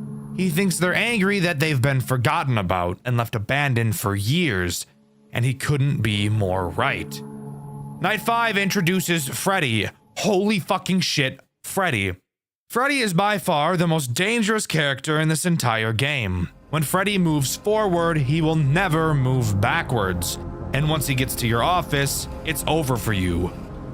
Yo, get the fuck away from that fucking door! You get the fuck away from that door! What? Oh, fuck, dude. Freddy is a dick. Raps. How do you stall Freddy? By using the flash, of course. When you flash Freddy, he will cover his eyes. Something interesting to note is that Freddy is the only character to be animated on the cameras. Such a small detail, but a detail I think is really cool. If you really want to make sure Freddy doesn't move, you'll have to time his intervals, since they don't vary, and make sure you're onto his camera and flash him at quite literally every single opportunity. You don't have much time to waste, as Freddy is fast. Really fucking fast. I don't quite have the vocabulary necessary to describe how intense this night really is. And if you get bad Sparky spawns like I often did, you could easily spend hours on this night. I was lucky enough to only have it take me a single hour. But if you manage to control your nerves long enough to complete this night, we will have one final minigame to talk about. After completion, we get one final call from the phone guy. He very ominously tells us to enter the dining room. He says he wants to show us something. Upon entering the dining room, we're greeted by all 5 animatronics staring back at us. The camera to the dining room flashes, and we hear the phone guy, named Ralph, explain that the reason it flashes is so that you can take a screenshot of the camera. Ow! Oh! Fuck! See? That's why I told you to make it a boomerang. Ralph then used that image to post on his blog. He's been using these camera images for his blog all week, and we were the bait. One last goodbye is said, and the restaurant goes quiet. The gameplay of Freddy's Reanimated is incredible. There's no doubting that. This game, of course, has a custom night with 3 additional unlockable characters, the first of which being Bon Bon, who's actually a reference to the game Freddy's Web Adventure. Pretty cool. Occasionally, he will appear on your cameras. If you don't click him fast enough, he will disable all of them for the remainder of the night. The next character you can unlock is called the Hawk. He acts as a Phantom Chica-like character. He will periodically appear on the cameras, blocking the view, and if you don't turn away from him, he will kill you. Pretty simple, but in a game where the cameras are super important, this guy can be a big pain in the ass. Finally, the last character you can unlock is Sienna, by far the most cancerous of the Custom Night 3. She will occasionally block the clock next to your door, which somehow prevents time from passing. This is a Custom Night character that can drop the realism at this point. All you have to do is click her nose and she will go away and the time will continue to pass. Altogether, completing a custom night with these 3 additional characters is a torture I would never want to put myself through. But shout out to Dark Ryun who was able to pull it off, and whose footage you're seeing right now. I should mention that the custom night does have a secret ending, but I'll bring it up when I talk about the story of this game, which, you know, we'll do right now. The story of Freddy's Reanimated is honestly one of the most surprisingly thoughtful pieces of writing I've ever seen in a FNAF fan game. It's not about murder or purple men or endless timelines that make my brain feel like fucking mashed potatoes. It's about being forgotten, and about what happens when something that used to bring people joy is left to rot and fade away. The entire game is built on this theme: nostalgia, decay, and the quiet horror of being erased from memory. Freddy's Reanimated takes place inside Freddy Fazbear's Pizza Place, a restaurant that's already dead by the time we get there. It used to be loved. Kids laughed, parents smiled, the animatronics performed, and everything was fine, until it wasn't. Over time, the crowd stopped coming, the lights dimmed, the laughter stopped. The building was abandoned and left to gather dust for over a decade. No massacres, no missing children, just nothing. The kind of death most things really suffer. When the game starts, we're told the place is finally being demolished, and Ralph, the manager, hires a night guard to keep an eye on the place for the last few days. That's us. But before us, there was another guard, Mike Schmidt. Yeah, that Mike Schmidt. He worked one night, just one, and didn't make it out. In the demo of this game, we actually see what happened. Mike survives until 6 a.m. The power cuts, and Freddy himself storms into the office and literally bites his head off. No mystery, no cover-up. It's brutal, it's direct, and it sets the tone for everything that follows. When Ralph brings us in months later, he acts like none of that ever happened. He's casual, a little too calm, and gives us these half-baked instructions that sound like he's either high out of his mind or hiding something. He keeps asking us to do these little tasks: fix the power, upload old files, check the cameras, all while brushing off the fact that the animatronics are moving. Every night, our character emails Ralph describing what they saw, and every night Ralph dances around the truth. He never says, "You're wrong," but he never says, "You're right" either. It's like he knows what's going on, but refuses to say it out loud. Then, finally, on the last night, Ralph tells us a story. a story he's been dying to share. He says that back in the 1940s, archaeologists discovered a cave covered in human handprints. The people who found it were haunted by those same handprints for the rest of their lives. Like the dead were reaching out just to remind them they were still there. And Ralph thinks the same thing is happening to Freddy's. He believes the animatronics are moving because they refuse to be forgotten. That after sitting abandoned for over a decade, their anger, this pure, desperate rage, literally reanimated them. Not out of vengeance, not because of possession, but because of memory. Because they were once loved and then left behind. It's such a fascinating take. The idea that these animatronics aren't evil, they're afraid. Afraid of fading away. It's one of the first FNAF fan games I've seen that makes you feel sorry for the monsters chasing you. They're not killing you because they want to, they're killing you because they don't want to disappear. After you survive the final night, Ralph asks you to head into the dining room. He says he wants to show you something. When you enter, all 5 animatronics are standing there, waiting for you. It's one of the eeriest visuals in the entire game. Completely still, completely silent. Ralph activates the camera flash, and the screen freezes in a burst of light. Then he says, I finally figured out what the flash button does. It lights up the room so that you can take a screenshot of the camera you're looking at. I finally have more recent images for my blog. And that's when it hits you. The whole time, we weren't protecting the building, we were the bait. Ralph was using us to get the footage and screenshots he wanted for his personal blog, to turn the remains of this haunted restaurant into online content, the same way we, as players, chase nostalgia. Ralph chases it too. He's obsessed with documenting something that's supposed to be gone. After everything, the building is demolished. Ralph's posts about it online, sparking renewed interest in Freddy Fazbear's Pizza Place. People remember it again.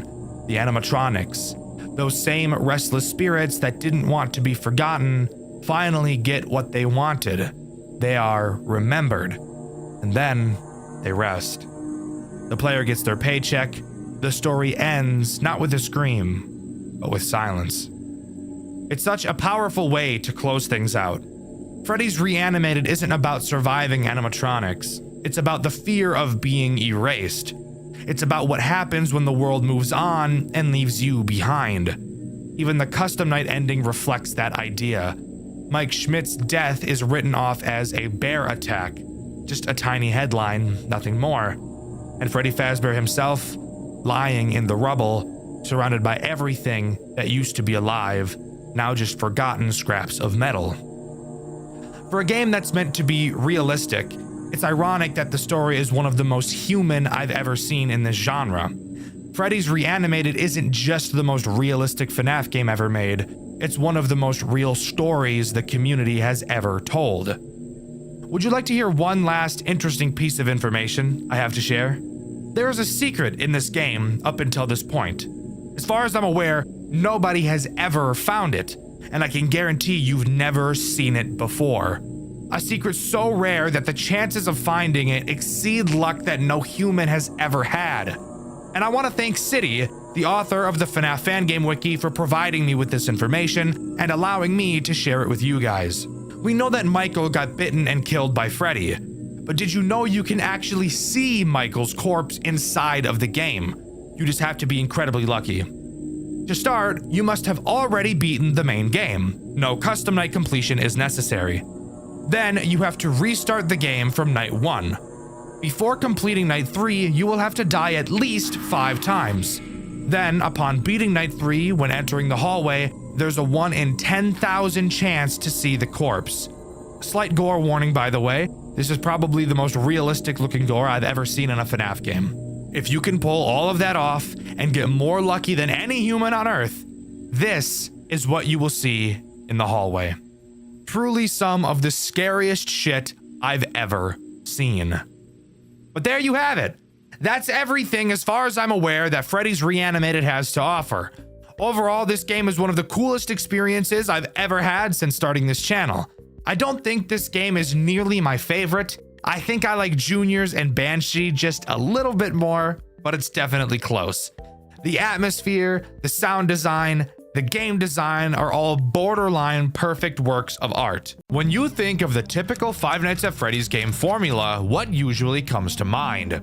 Well, probably being stuck in one spot, unable to move, having characters bombard your doors, and only having a small amount of tools you can use to defend yourself.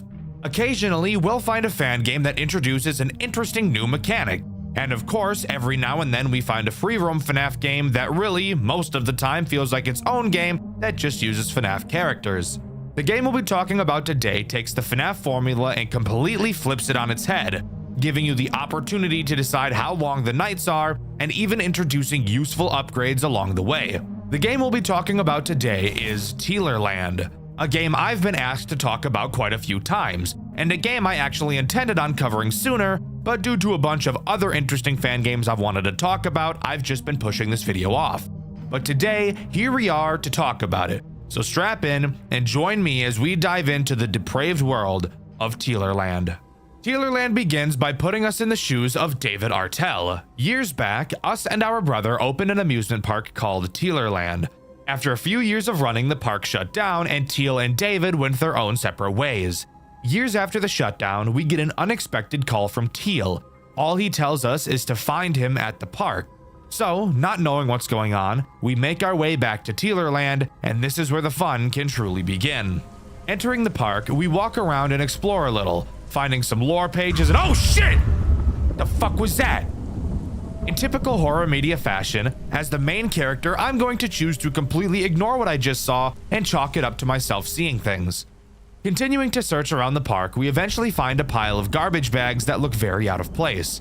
Moving them, we find a hidden trap door. So what better choice to make than opening it and climbing straight down blindly instead of, oh, I don't know, going back home to our family and sleeping like a normal person? Of course, climbing down a ladder in a FNAF game isn't as simple as it sounds. Instead, it's made into a mini-game very reminiscent of the vent crawling section from Sister Location. Except this time around, there is actually a threat. Because yes, if you didn't know, you literally can't die in the vent section of Sister Location. That entire game is hot ass, and if you'd like to hear me talk about how bad it is in another video, let me know in the comments below. As we climb down the ladder, the first threat of this game is introduced. Tealer. As you climb down the ladder, Tealer can appear on either side. When he does, all you have to do is shine your flashlight at him and he'll go away. However, this game thought it would be really funny to make your flashlight have a startup time.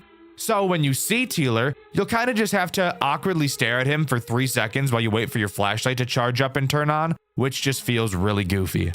So, now I have another question to ask you. How do you know a FNAF game is going to be really complicated before you even start? Well, in cases like Post Shift 2, it's walls of text explaining the mechanics that cause the game to feel so bloated it's not even fun. Well, what else? Let me tell you. There is quite literally nothing scarier than opening a FNAF game and seeing that there's a tutorial night. That's how you know the game you're about to play is going to have the most obtuse and random mechanics you've ever seen in your entire life, and Tealerland is no different. So, now's the time I get to explain to you the several tools at our disposal in a way that is hopefully not mind-numbingly boring. But hold up guys, I want to take a little break here to tell you that this video is sponsored by me. For those of you who didn't know, I have channel memberships. I would never ask anyone to do this as I don't even have any interesting perks attached, but if you really enjoy what I do and would like to support me a little bit extra, that's a great way to do it.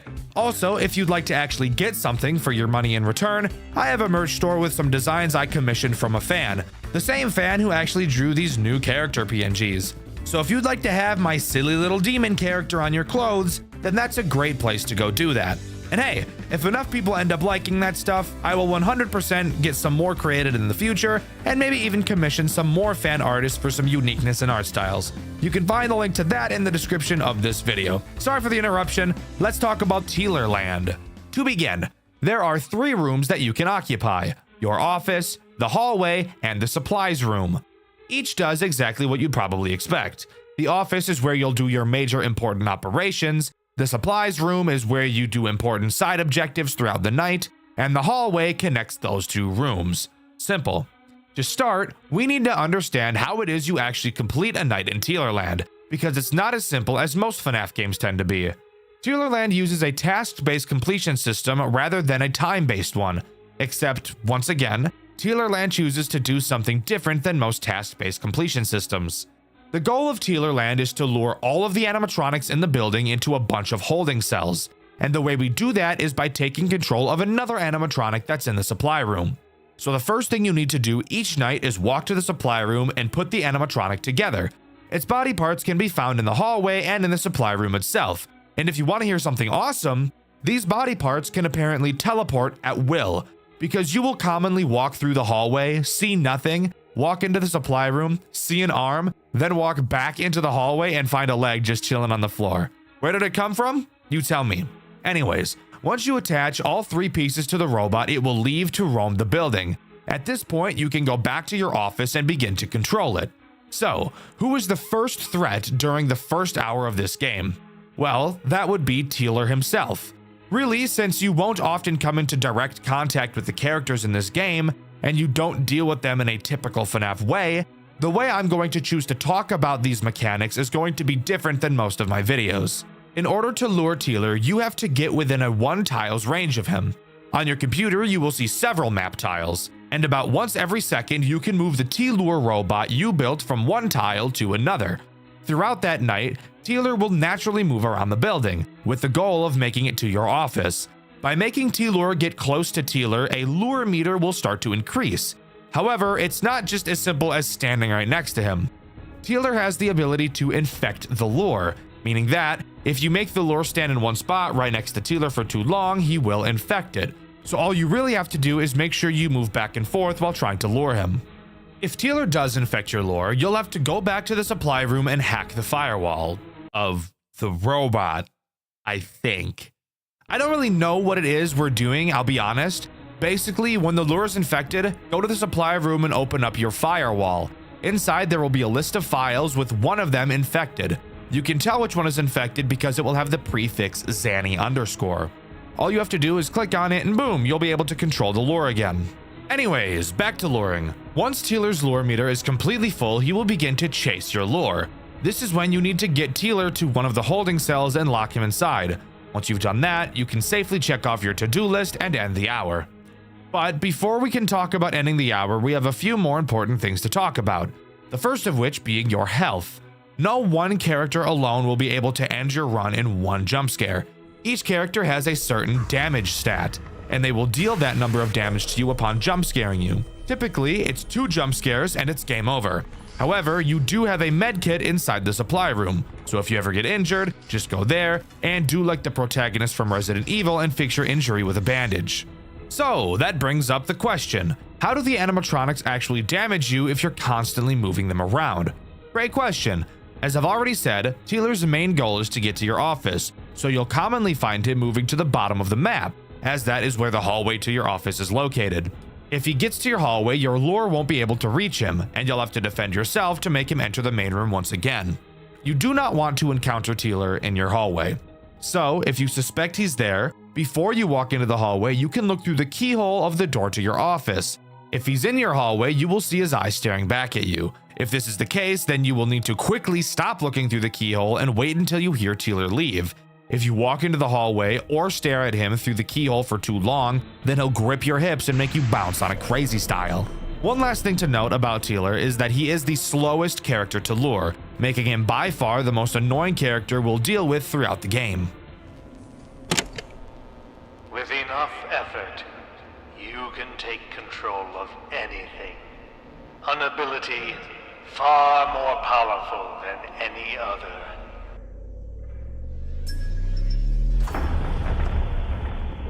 Now, before we continue on to the next hour, we need to talk about possibly the coolest thing that this game does. Teelerland has upgrades that you can unlock and equip. Do these make sense from a story standpoint? No, not really. But is it cool nonetheless? Yes. Yes, it is. After each hour, you'll be able to access the perk menu. There are 6 perks for you to choose from. After completing an hour for the first time, you'll get a perk point, and you can get 2 additional perk points for completing the hard mode version of each hour, which, yes, by the way, each hour has a hard mode version for you to complete. There's no real use talking about them since nothing besides the difficulty really changes, but I will mention one additional thing they add. Every time you go to the computer, you'll have to type in a 4-digit code. It's annoying, that's about it. Anyways, back to the perks. You have 2 rank 1 perks and 4 rank 2 perks. Rank 1 perks cost 2 perk points each, and rank 2 perks cost 4 perk points each. So it'll be up to you to decide how you want to distribute your points. However, there is a clear answer as to which perks are the best.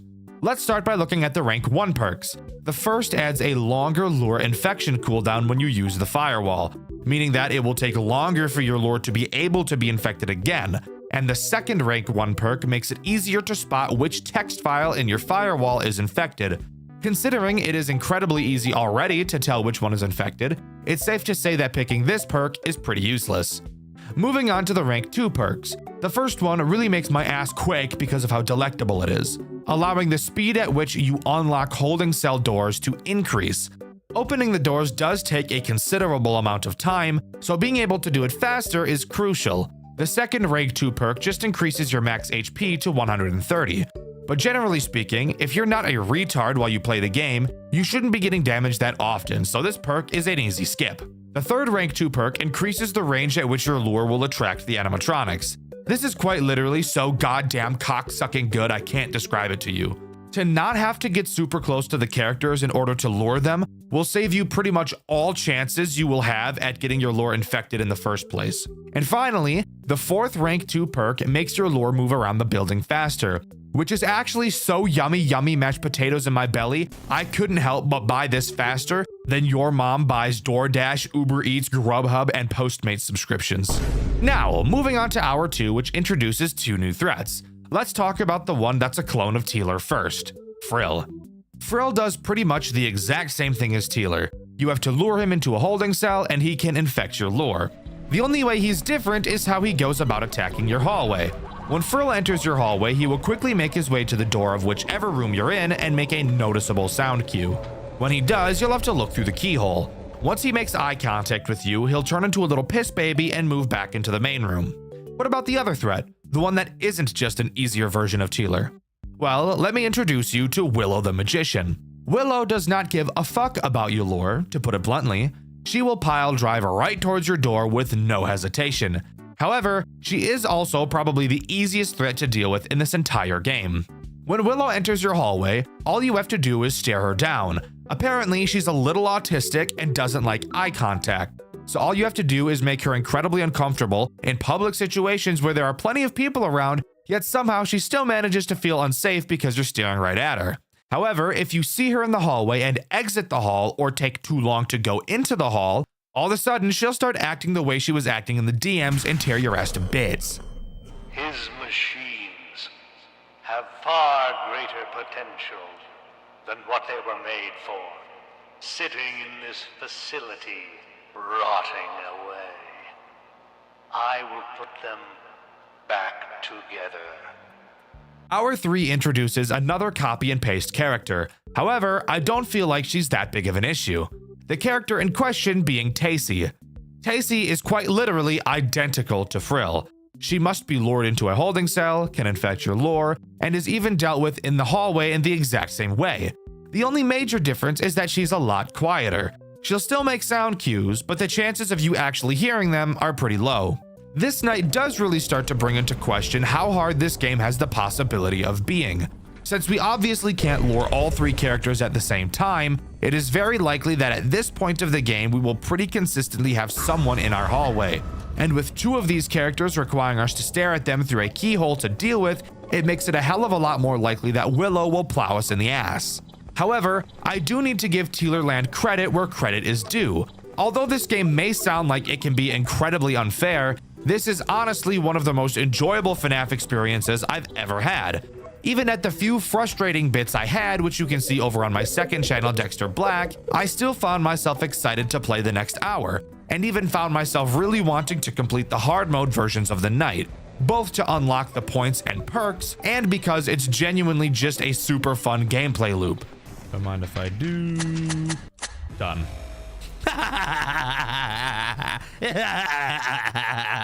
I'm just too fucking good. I'm just too fucking good. Wahoo.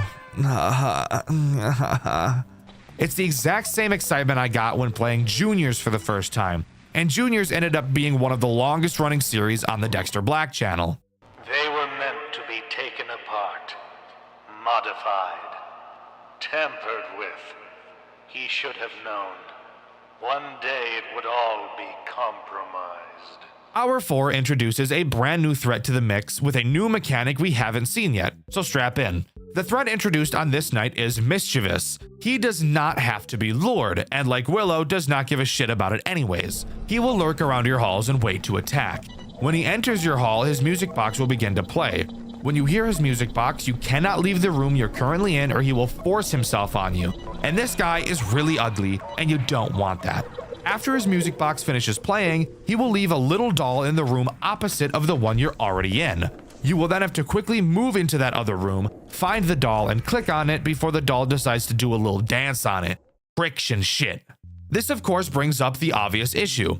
We have a character that forces us to switch rooms very quickly, and with several characters attacking our hall that require us to wait and be patient for us to leave, this could very obviously pose a pretty big threat if we were to get some poor attack timings. Once again, really showing how difficult, annoying, and RNG based this game can be. One more step until the plan is complete. The clock is ticking. Night 5 introduces nothing new. However, there is a very crucial mechanic I forgot to mention so far. Something that will make your dick hurt, because it certainly made mine hurt. Earlier in this game, a new mechanic was introduced, your generator, which adds a power system to the program you use to control your lure robot. On the map, you will be able to see where the generator is, and you'll also be able to see how much percentage it is at. You obviously don't want that meter to drop down to 0, so how do you fill it? Well, that's pretty simple. At the beginning of each hour, along with the generator, some fuel will spawn somewhere randomly on the map. And when the generator gets low, you'll have to use the lure to go get it and refill the generator. This isn't a hard thing to do by any means, but when you're also trying to juggle everything else that's going on, which trust me, there is a lot of, this will very quickly become something you dread doing. It is complete. I've fixed them. I have made them perfect. They are all together now. They are now one. It will lure the beast out of his cage. Well, oh boy, that doesn't sound good. But I mean, what's the worst that could happen? It's not like they're gonna take every character we've seen so far and merge them into one giant terrifying abomination and throw us into a new game mode that we haven't seen so far and have us learn from scratch, right? Oh, word. Shit is snowing. What's going on here? Oh, shit.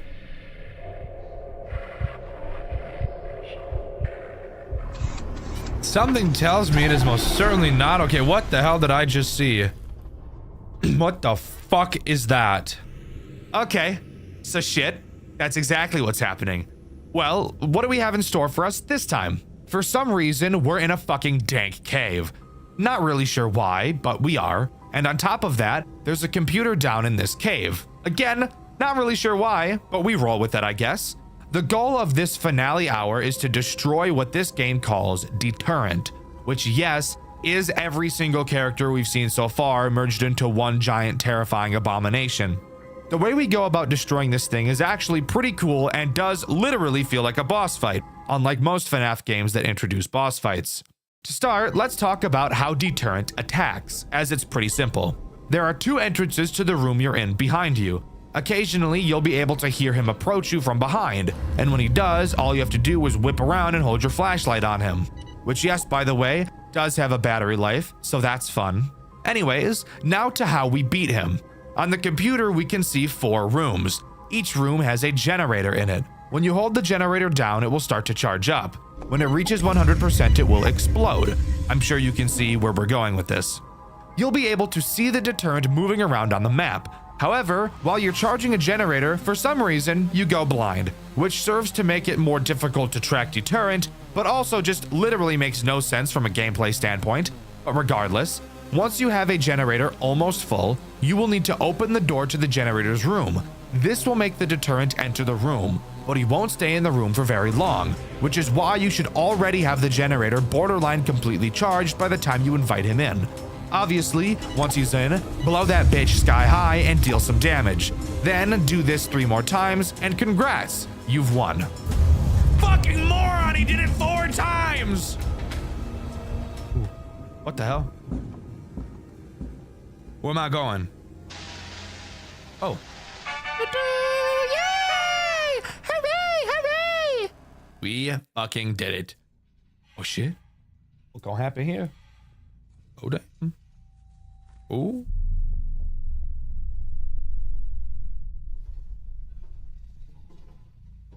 Oh, we climbing back out this bitch. Hell yeah, we are. Oh shit. Oh shit, we made it out of this bitch. Uh-oh. Don't tell me that Deterrent's still alive out there. Oh, what the fuck was that? Like it's so loud all of a sudden. Oh, that whole fucking place. Oh shit, he tried to crawl out. He tried to crawl out up after me. Get the fuck away. Who you think you is? Don't you despise me? Don't you want me gone? I don't really care. All the times I tried to fix your wrongdoings, I'm kind of indifferent. I have already lost. Yeah, you did. I'm. Go ahead, David. What? Free from this place. Oh shit, there was a dude in there. There was a dude in there, bro. Gulp.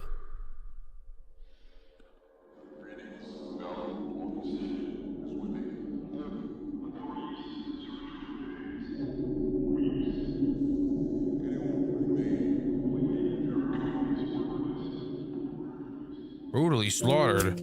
Wait, did you tell me I just killed a fucking dude down there? Like it wasn't even a robot? I just killed a dude? Is that what you're saying? Trying to understand here.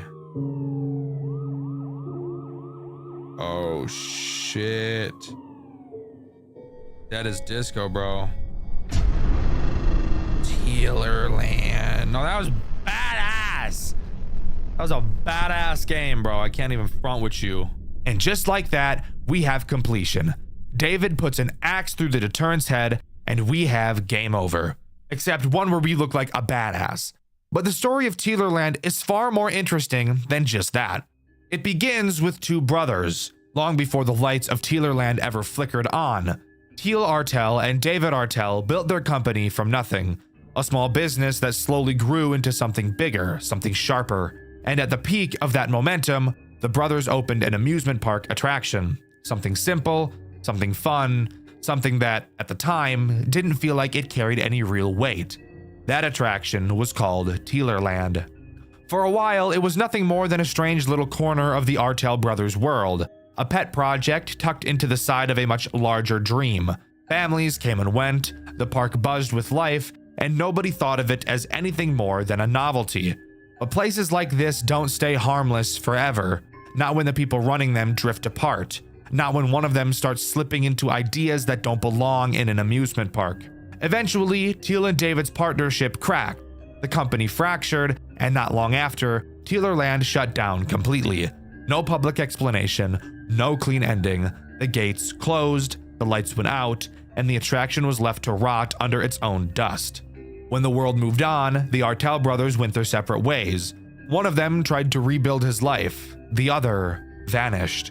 Years passed before David Artel heard from his brother again. Out of nowhere, Teal reached out to him, a voice from a past he thought he'd buried, begging David to return to the old amusement park. The message didn't make sense. It didn't sound like the Teal he once knew, but there was fear in it, desperation, something that made David realize he couldn't ignore it. And so, against every instinct telling him to stay away, he went back. When David arrived, Tealerland was worse than abandoned.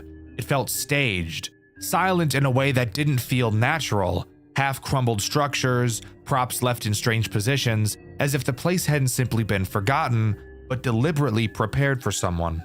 And as he wandered deeper into the park, trying to find his brother, he stumbled across something that confirmed it. A hidden entrance leading down into the earth, tracing beneath the park itself. David's company, the one he and Teeler built together, had been hiding an entire facility underneath the attraction. A whole underground complex, sealed off from the public long before Teelerland ever closed. A place where their past hadn't just been stored, it had been left alive. Once inside, David realized this wasn't just a forgotten workplace. The lights still worked, the systems still responded, and something else was awake down there with him. Something that didn't want him leaving. As he pushed further into the complex, the truth started to bleed through in fragments. Teal had been down here. Recently, he'd been working with the animatronics again, repairing them, rewiring them, bringing pieces of a dead attraction back to life. But whatever he had been doing, it wasn't for entertainment anymore. The machines began to move on their own, stalking the halls, watching David, responding like something had trained them toward him specifically. None of this was accidental.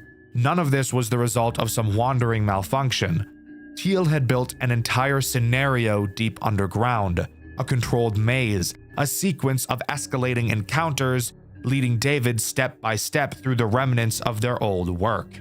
Every hour that passed in the facility dragged him closer to the heart of the place, and closer to Teal's intentions, and along the way, David discovered something he had always kept buried. The truth about what happened years ago, about the employee who died, about the body that David hid, and about what that one terrible decision did to Teal's mind. When Teal finally emerged, no longer the person David once knew, but someone warped by grief, guilt, and obsession, David realized the entire journey through Teelerland had been orchestrated. Teal didn't bring David here to save him, he brought him here to force a reckoning between them, surrounded by the machines that represented everything that went wrong in their lives. The final confrontation wasn't between man and animatronic, it was between brother and brother, one consumed by the past, the other trying desperately to bury it. And in the end, the fight ended the only way it could. David killed Teal. Not out of malice, not out of hatred, but out of a moment where survival became the only option left. When it was over, the facility fell silent. The machines powered down, and as David surfaced from the underground, authorities arrived. They didn't see a man who'd been hunted. They didn't see the twisted maze his brother designed. All they saw was David Artell standing over the body of his own brother. He was arrested, charged, and locked away. And just like that, Teelerland, the amusement park, the secrets beneath it, the broken partnership that created all of it, was left behind again. This time buried under police tape and unanswered questions. A dead attraction built on dead ideas, reclaimed once more by silence. Remakes of the original Click Team FNAF games, something that is definitely pretty popular within the FNAF community. However, how many of them can you name that are actually memorable? FNAF 1 Remake, FNAF 2 Reimagined, Hopeless Pursuit. Sure, those are all titles that are definitely memorable for one reason or another, but the game we're going to be covering today I feel is very memorable. A game I only discovered recently and I really enjoyed. Today, we'll be talking about Five Nights at Freddy's Legacy, a recreation of the first FNAF game with so many changes, it's hard to tell that's even what it is. So strap in, because we've got a lot to talk about this time around. Join me today as we clap our cheeks into the world of Five Nights at Freddy's Legacy. Legacy does not begin in a very typical FNAF fashion. We begin in this red void of smoke, and a disembodied voice of who knows who speaking to us.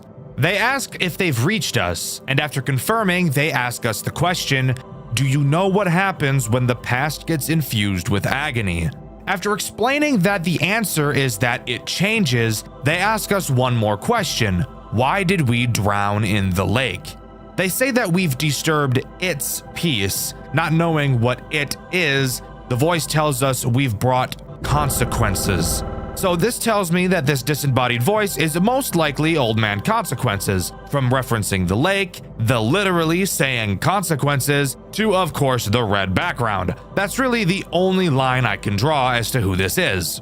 But with that, we're booted to the menu screen and we can really begin. But of course, this game is still not done being extra. Upon starting a new game, we get what feels like a teaser trailer for the game, but it's inside of the game. I have no idea, it's really goofy and unique and I like it. But would you believe me if I told you that even after that, this game is still not done being itself? Let's just say that, because it's not. Afterwards, we get an opening cutscene. Hello, my name is Ethan Caldwell, and tonight we continue our coverage of the developing case surrounding the mysterious disappearance at the recently reopened Freddy Fazbear's Pizza. The public had been captivated by the case. The missing security guard, 25 years old Daniel Grace, had last been seen arriving late for work on Monday night. No official causes had been released by officials, but the bizarre circumstances of Grace's disappearance have fostered speculation. Tragic accident, or was something more sinister involving the recently reopened Freddy Fazbear's Pizza? Very interesting opening cutscene. Voice acting, not terrible at all. Really setting the scene. I'm enjoying this. What happens next? Oh my god, we're still not done being extra. Okay, that's fine. I can work with this. After watching the cutscene, we begin outside of the building and actually have to walk inside and into the back room to start doing tasks before the night truly begins. As far as I'm aware, there's nothing interesting you can find while walking to this back room. Oh, yeah, fat motherfucker. Jesus. Ugly, yeah. So once we get there, we can explain the downloading log task minigame. It's very simple. You have two monitors. One monitor you can use to download the phone call for each night so that you can listen to it later, and you can also read some interesting information. The second monitor is a camera feed that auto-scrolls through the cameras in the building. All you have to do is download the phone call by clicking and holding, and if Bonnie ever comes into the back room with you, just hide under your desk until you hear him leave. Oh my fucking Christ! Oh my god. Okay, Bonnie's on the move again. Why are you looking at me he's giving me that dream angle, bro. And don't give me the dream angle, bro. Once you finish fully downloading the phone call, you'll be thrown into the night. But before we can talk about the night, we first have to talk about the lore information you can read. After the disappearance of Charlie, the Fredbear's Family Diner closes its doors for good. Finally, I'm tired of working in this place. The animatronics smell like rotten eggs. I hope they never open again. So it seems in this universe, we have some name swaps. That's always fun. Who is Charlie? I have no idea. However, it's pretty clear he's dead as fuck. Not very Riz, but okay, you do you, I guess, boo. They say the animatronics smell like eggs. Weird diss, I suppose, but there are probably dead kids in there, so I guess that checks out too. Anyways, onto the actual night section. How does that sound? Night 1 gives us literally the longest phone call on the face of the planet. Seriously, it lasts until 4:30 a.m. Please God kill me. Anyways, fuck what the phone guy has to say. I'm gonna do it for him. My voice is way better, and I know you guys have some odd things to say about my voice. Yes, I read every single comment I get, by the way, guys. Some of you are fucking freaks. Behave. Let's start by talking about your office because it is a little different from FNAF 1. You do still have 2 doors, so that's nothing new. On the left side, you'll be able to flash the light down the hallway and hold the door closed. Simple sugar. This is what I do to my Willy in bed. I just fucking rock it back and forth. I'm gonna shut up. The right side, however, is where things start to get a bit different. You'll notice there's no door. Well, uh-oh. Where the fuck did it go, huh? Well, joke's on you, there was never a door there in the first place. Why the hell would this company install a door on one side and not the other? I have no fucking idea. Someone clearly did the budget very poorly and they should be ashamed of themselves because this is just embarrassing. To compensate for no door, you can flash your flashlight down the hall and see a grand total of fucking nothing at all because your flashlight is actually ass. But who cares, right? Let's just hope we never have to use it. In front of us is a monitor that surprisingly is not our camera. On it, we have 3 options: reboot, alarm, and vent. I literally never once used the reboot menu, so I'm just gonna pretend like it doesn't even exist. The alarm and vent sections, however, are important, and I will explain them more once they become important. Anyways, who are the big bastards introduced on this night? Well, it's a remake of FNAF 1, so that should be pretty obvious. Night 1 introduces Bonnie and Chica. Don't click off the video! I promise they're interesting and do wildly different things than what they do in the original. I wouldn't be covering this game if they didn't. I promise. Let's start with Bonnie since we've already encountered him in the pre-night minigame. Bonnie can attack both your left and right doors. Fuck. I was hoping we could avoid using the flashlight, but I guess I'll just put my balls in a vice grip then, who cares? Bonnie is a shy little autistic emo femboy and doesn't handle eye contact very well. So if you stare at the camera he's on for too long, he'll crank that Soulja Boy and knock the entire thing offline for the rest of the night. Which, by the way, the phone guy mentions that the repair for said camera will come out of our paycheck if that is to happen. And since we're living in FNAF world where we're making a whopping $100 a week, I highly doubt one of our paychecks would even be enough to pay for that anyways. So let's really try to prevent that from happening, shall we? If Bonnie chooses to attack your left door, you will be able to see him in the hallway when you use your light. From that point, just hold the door closed until you hear him bang on it, and congrats, problem solved, he'll go back to the stage. Bonnie's attack on the right door is a little bit more interesting. When Bonnie gets to the right door, he will literally enter your office, which is just not a fun sight at all and will in fact make your blood pressure spike to 168 in a fraction of a second. Once he's in your office, you'll have to use the alarm system to make the loudest fucking noise of all time. And when you do, he'll run away because it's too loud and overstimulating. And remember, he's a little autistic, he's sensitive to sound, so you're really just bullying an autistic kid. That's not very epic, but do what you gotta do, I guess. Chica, on the other hand, also has two means of attacking you. The first has her go to a certain camera. Now pause for a moment. I want you to take a look at her belly and tell me, what camera do you think she goes to? If you said the bathroom to shit, I'll give you half points because she does travel through the bathroom. Chica's looking me in my eyes. Look at a cupcake. Look at a cupcake, bro. Look at his eyes. He's trying to seduce me and shit. And it's like low-key kind of working. I meant what? But no, the actual answer is the kitchen because she's a whale. If she's in the kitchen, you will have to use the bell button to scare her away. If you're wondering why the sound of a bell that signifies that food is ready would scare a hippo who eats for a living away, the answer is because she gets scared that the food has already been served in the dining room and she's really scared that she may have missed it and maybe the kids in the dining room have already started eating, but she actually has a rule in her house where nobody is allowed to eat until she's full, except spoiler alert, roly-poly ass chicken bitch is never full, so all of the kids starve and die. Anyways, move.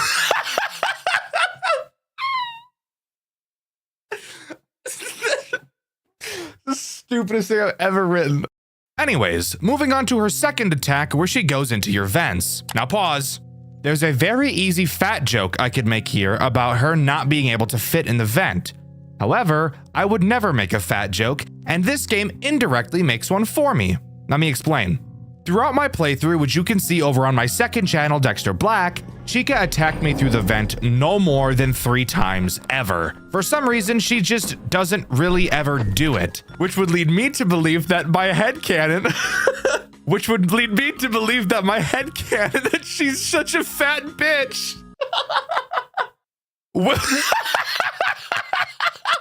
Which would lead me to believe that my headcanon that she's such a fat bitch that she's too scared to try and move through the vents would be correct. If you want to hear my alternative headcanon as to why she doesn't attack through the vents, even though she's programmed to, it's that she'd much rather go to the kitchen where the food might be. Pig-ass fucking robot bitch. Anyways, if she does go through the vent, she'll make a sound cue, and all you have to do is use your monitor to seal the vent until you hear her leave. But hey, not so bad. Pretty easy to understand overall. With that, we complete night 1 and can move on to night 2. But of course, before we can start night 2, we have a pre-night phone call to download. Fuck actually talking about the minigame part, it's literally identical to night 1, and the remainder of the nights are as well. But we can of course talk about the lore we can read during it. Finally got the job here at this new Freddy's location. I can't wait to start tinkering around with those animatronic models. They're supposed to have this new advanced free roam mode? Crazy technology. This message seems to be coming from a possible new hire technician designed to work on programming the characters. In the night 1 phone call, the phone guy mentions that the characters were specifically programmed to walk around at night to stretch their legs, So maybe this guy is the guy that chose to make that decision, even though there's literally no need for it whatsoever. This guy just seems like the type to get way too excited over his interests. He probably has a pony jar, I'm just saying. Night 2 begins with the phone guy talking literally as long as he fucking can. This phone call lasts until 2:50 a.m. So that's just awesome. Anyways, who gets introduced on this night? Well, slow your roll, fucker. There's 2 things about the cameras I want to talk about first. The first is that during this phone call, the phone guy mentions that William disabled the backstage camera. However, when you go to check the backstage camera, you'll see that it works perfectly fine. So I don't know what that guy was talking about. The second thing is that Bonnie destroyed the kitchen camera. So you're stuck listening to be able to tell if Chica is there or not. Hooray! I love life. That's a lie. I don't. Anyways, back to who gets introduced on this night. Well, guess what? It's nobody. Nobody is introduced on this night. I'm fairly certain that night 2 is when Bonnie and Chica are allowed to start using their second form of attack. Bonnie's right hall attack and Chica's vent attack. Maybe. I'm not really sure exactly why nothing new is introduced here, if I'm being honest, but that's what happens. Anyways, let's move on to night 3. Maybe something new will be added there. Night 3, phone guy only talks until 1:53 a.m. So hey, I guess that's progress. Night 3 does actually introduce something new, but before we talk about who it is, I want to mention something the phone guy brings up. He says that William ordered 2 vintage animatronics, a type of animatronic that they don't make anymore, from an old location. Now, I'm not a genius, but it also doesn't take a genius to figure out that he's undoubtedly talking about Fredbear and Spring Bonnie. He says they won't need any repairs, so that means they're working exactly as intended and there shouldn't be any problems with them at all, right? Anyways, night 3 introduces Freddy, and a mechanic that makes me want to stick a push pin in my testicle, pull it out, and slowly squeeze all of the various juices out of it. Freddy stays on stage for a majority of the night. However, whenever he damn well pleases, he will choose to leave with a sound cue. When he does, you will have to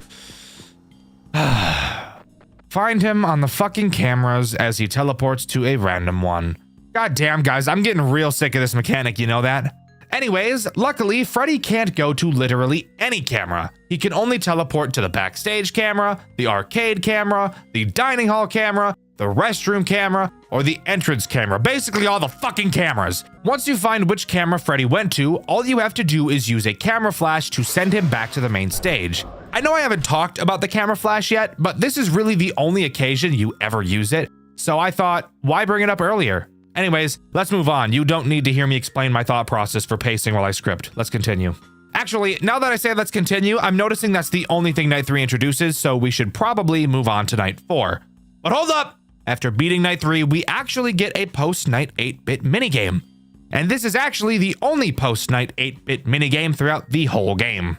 In this minigame, we play as William inside the restaurant. Upon trying to leave the room, we're told to get what we need. After what took me probably 5 fucking minutes of trial and error, I finally found out that you need to interact with this very obvious looking present on this table. You might be wondering how it took me 5 minutes to figure that out, and that's because I tried it right away, but nothing happened. The hitboxes in this minigame are some of the most retarded, inconsistent shit I've ever seen. If I had to pick a least favorite moment from this entire game, it would undoubtedly be playing this minigame. Anyways, after opening the gift box, we get a knife and can exit the back room.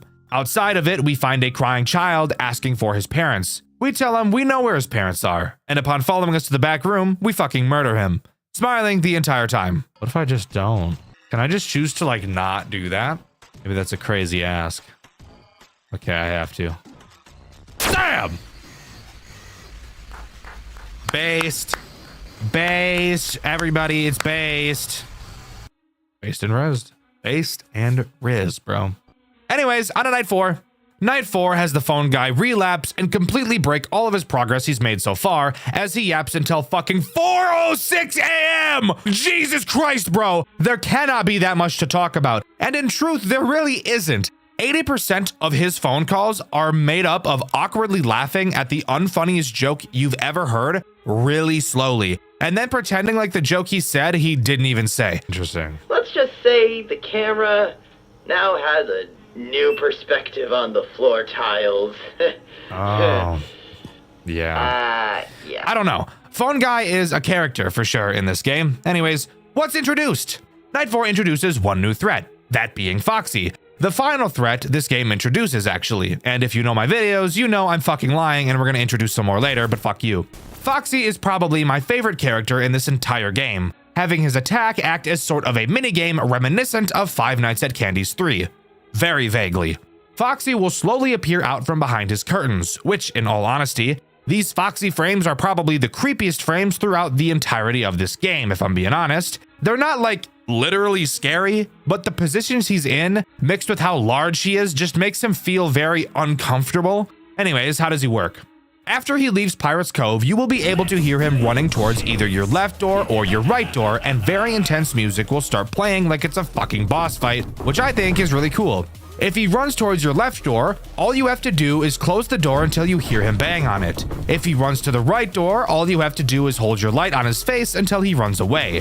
Where this becomes slightly reminiscent of Candy's 3 is that he will move around and attack multiple times, going back and forth between the two doors as many times as he'd like. Is it hard? No, and in fact, literally every other character pauses while Foxy is attacking you. So that's very RNG considerate. Thank you guys greatly. But yeah, that's about it. Pretty fun character overall. Gets your blood pumping a bit, especially when you hear the music that starts to play alongside it. But anyways, on to night 5. I lied. I have one other thing I want to talk about first. During the night 4 phone call, the phone guy mentions that one of the animatronics they were shipping arrived early and was like nothing that was written down to be shipped. A single endoskeleton with a weird model they've never seen before and very sharp fingers. They say they're leaving it in the safe room for now until they know what to do with it. First of all, I should mention that the safe room is a camera that you have never been able to access since the start of the game. The second thing to mention is that I'm not like an expert, and I'm really bad when it comes to the official FNAF lore, like criminally terrible, and if I'm being honest, I actually don't even like the official FNAF lore, and I haven't since Pizzeria Simulator. But that endoskeleton sounds a lot like the Mimic to me. Maybe I'm just a bit nutty, but I bet I'm not. 6 a.m., bro, let's do it. Easy peasy lemon dick. This is Henry Emily, the founder and, for better or worse, the sole person responsible for this place's continued existence. Oh my god, it's the fucking Mimic. So yeah, after beating night 4, we get a scrap minigame with what I can only imagine is the Mimic. And of course, this minigame works exactly how the minigames in Pizzeria Simulator work.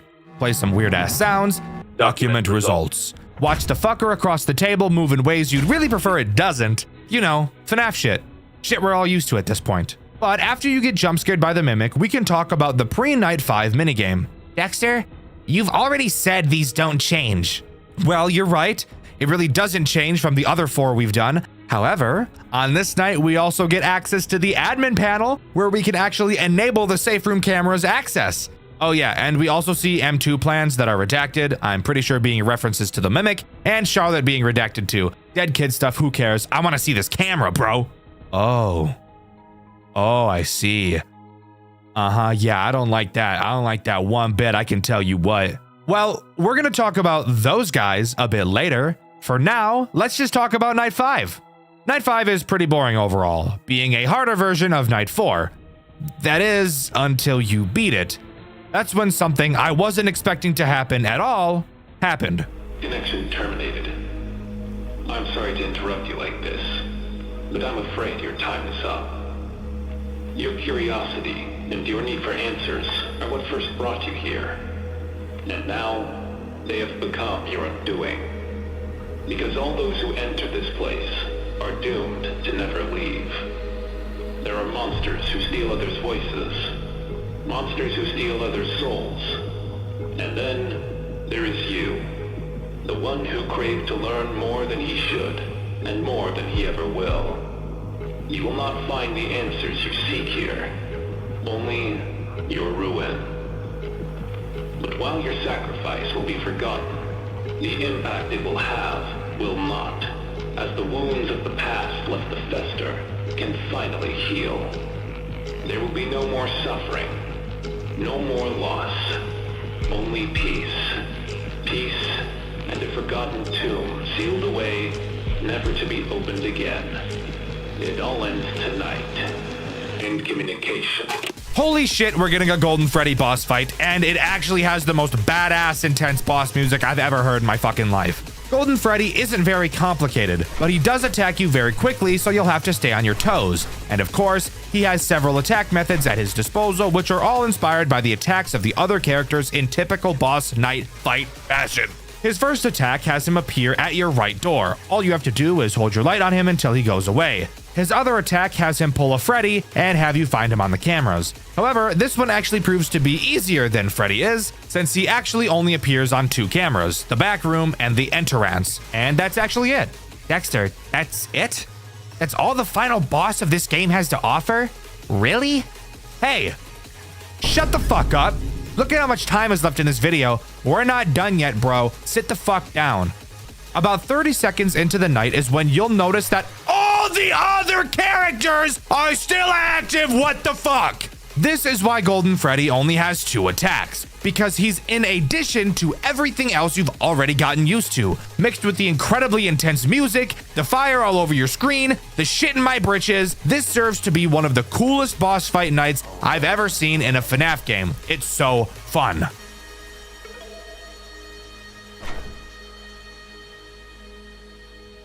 Good morning. I am Ethan Caldwell. We're coming to you with breaking news. A catastrophic fire has reduced a newly reopened Freddy Fazbear's Pizza to ashes in what officials are calling a nightmare scenario. Flames tore through the building just after 7 a.m., with witnesses reporting smoke so thick it blotted out the morning sun. Firefighters arrived, but the inferno had already consumed the entire structure. Authorities confirm all employees escaped unharmed, and thankfully, no customers were inside at the time. However, in a grim twist, investigators have revealed 2 disturbing details. First, the restaurant's infamous animatronic characters, along the centerpiece of the franchise, were completely destroyed in the blaze. And second, even more unsettling, there was an intruder inside when the fire broke out. Security footage recovered from an external camera shows an unidentified individual entering the building in the middle of the night. Their motives remain unknown. What is certain, however, is that they never made it out. Police have not yet released a description, but sources close to the investigation say the manner of death was, unquote, horrific.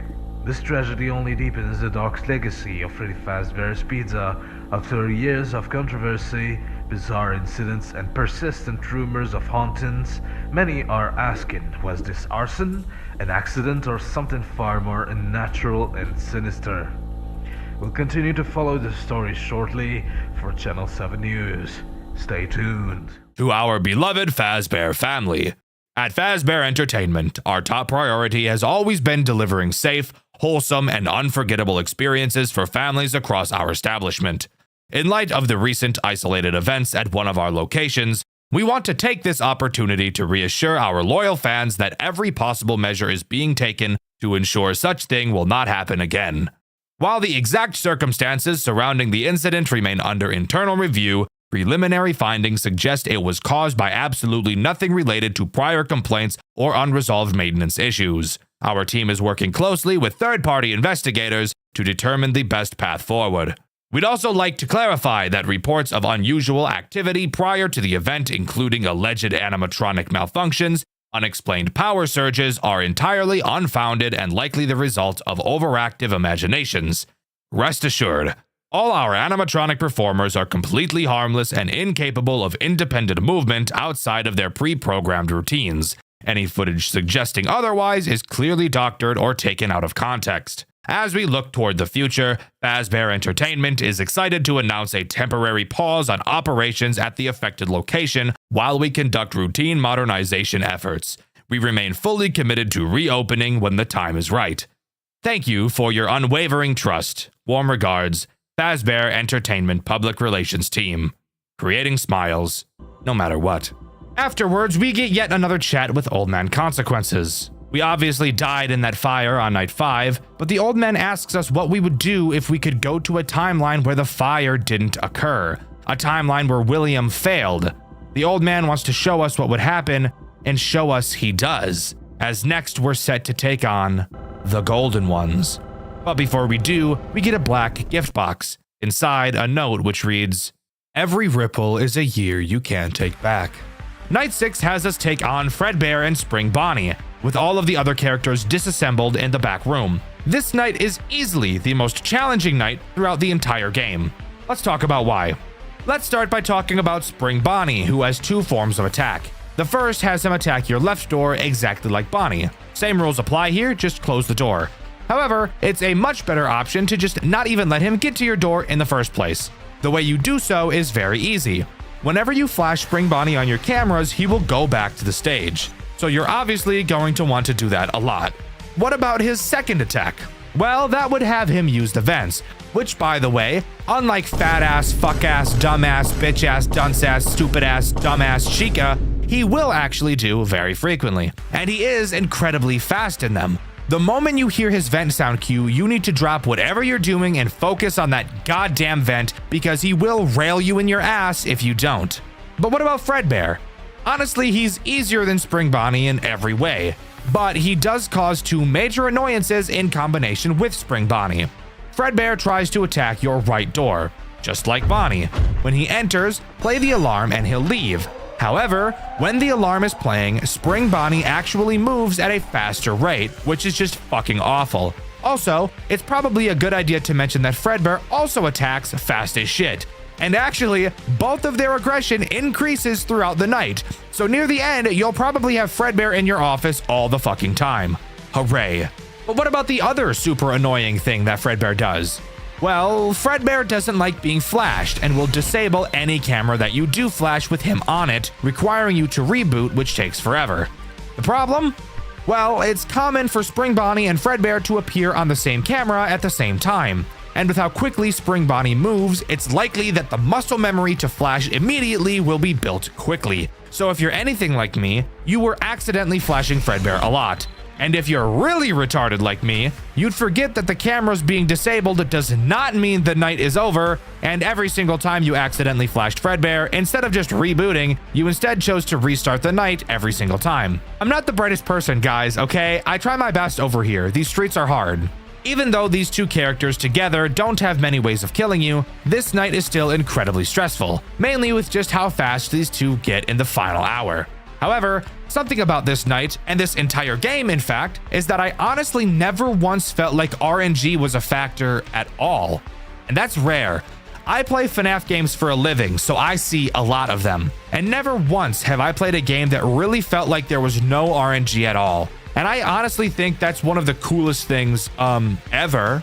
But if you can keep your composure long enough, you'll complete the night and get to watch this super awesome tape. Welcome to Freddy Fazbear's Pizza, a magical place for kids and grown-ups alike where fantasy and fun come to life. Our establishment is a place where fun and safety go hand in hand. Part of what makes our family-friendly experience so special are the animatronics that entertain our guests. To ensure they continue to operate smoothly and safely, proper cleaning and maintenance is essential. And that's where you come in, our dear employee. Without you, none of this would be ever possible. In this tape, we will guide you through the process of cleaning our beloved animatronics. It is important to follow these steps carefully and thoroughly to keep our characters in tip-top shape and ensure everyone's safety.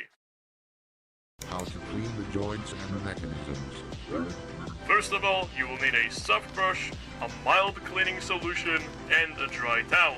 Avoid using any harsh chemicals as they can damage the animatronic suit. Using said soft brush, carefully clean the joints and mechanical parts while avoiding any visible human remains. Human remains, human remains, human remains.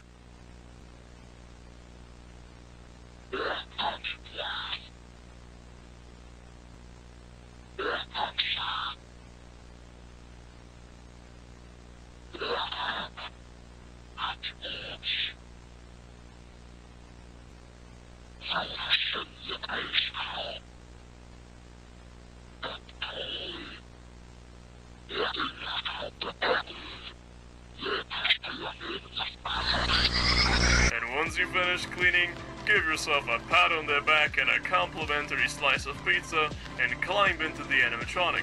This really makes sure that it's ready to entertain our guests again. And thank you so much for being a part of Fazbear Entertainment. Fazbear Entertainment is not responsible for any injury, loss of a child, or loss of a head that may occur on our premises. By entering our establishment, you agree that Fazbear Entertainment is not liable for any damages, accidents, or unfortunate incidents that may arise. While I do find it incredibly unfortunate that I had to look at Fat Shit Toy Freddy for a majority of this tape, we do see some pretty rizzy stuff, like a redacted dead child probably, and of course the Golden Freddy scene, where he mentions there's a girl inside of him, most likely referring to the fact that there are two souls caught inside of the Golden Freddy suit. Something about this game that I really like is that there's so much additional, non-repetitive things added to it. The random 8-bit minigame, this tape, the salvage minigame, none of it was needed, but I think it's such a nice touch that it was chosen to be added anyways. After the tape, we get one final chat with Old Man Consequences. He asks if we wish to go back, if we're finally satisfied. He mentions how boring the present is and asks if we enjoyed the legacy. Nice name drop, by the way. There's also like so much other bullshit he says in this final cutscene. I'm gonna be real, guys. I just cannot be fucked to try and understand it. There's so much random symbolic shit about like the lake being a mirror and being pulled out when you're choking from drowning in the lake, but the lake is a mirror, so what the fuck? I hate metaphors, and I don't want the headache. I'm sure whatever this means is super deep and cool, but I'm not about to spend the next 5 hours writing a fucking MLA format essay trying to decipher it. Not my forte, thank you. But with that, that's all Five Nights at Freddy's Legacy has to offer. Overall, I think this game is probably my favorite reimagining of the original FNAF game that I've ever played. Each character feels super unique, and even the typical boring characters have multiple ways to attack you, which keeps them interesting the whole time. There's so much extra things added throughout the game to keep the loop exciting. The game looks amazing, the story is intriguing and mysterious, which I know a lot of people really like, and I would definitely recommend you go and give it a try. The original FNAF lore, arguably one of the most confusing and frustrating pieces of media ever created, with several retcons, horrendous retellings, frustrating timeline and universe splits, and so many other headaches. Five Nights at Freddy's definitely has a reputation for pretty terrible storytelling, but that's where fan-made remix can come into play. Today, we'll be covering a game called Five Nights at Freddy's Rewritten 87, a remake of Five Nights at Freddy's 2, which is undoubtedly the FNAF game that started the trend of, let's just make the lore of our game as confusing as possible. FNAF Rewritten serves to retell the same story that FNAF 2 did, but in a more concise and enjoyable way, while also making the core gameplay loop of the game better than the original dumpster fire that was FNAF 2 and its gameplay loop. I hope you're excited, because we've got a lot to talk about today. So grab a pet, grab some snacks, and join me today as we dive into the creatively amazing world of FNAF Rewritten 87. FNAF Rewritten 87 opens with a playable cutscene. We see Spring Bonnie standing in front of us. He calls us Gabriel, the child in the Freddy suit, and tells us to follow him. As we walk through the opening credits, we stumble upon a door. We, very creepily, I will add, see Spring Bonnie open the door, only to see Freddy sitting on the table. Oh my god. Walking inside, we get snatched up and stuffed inside of the suit.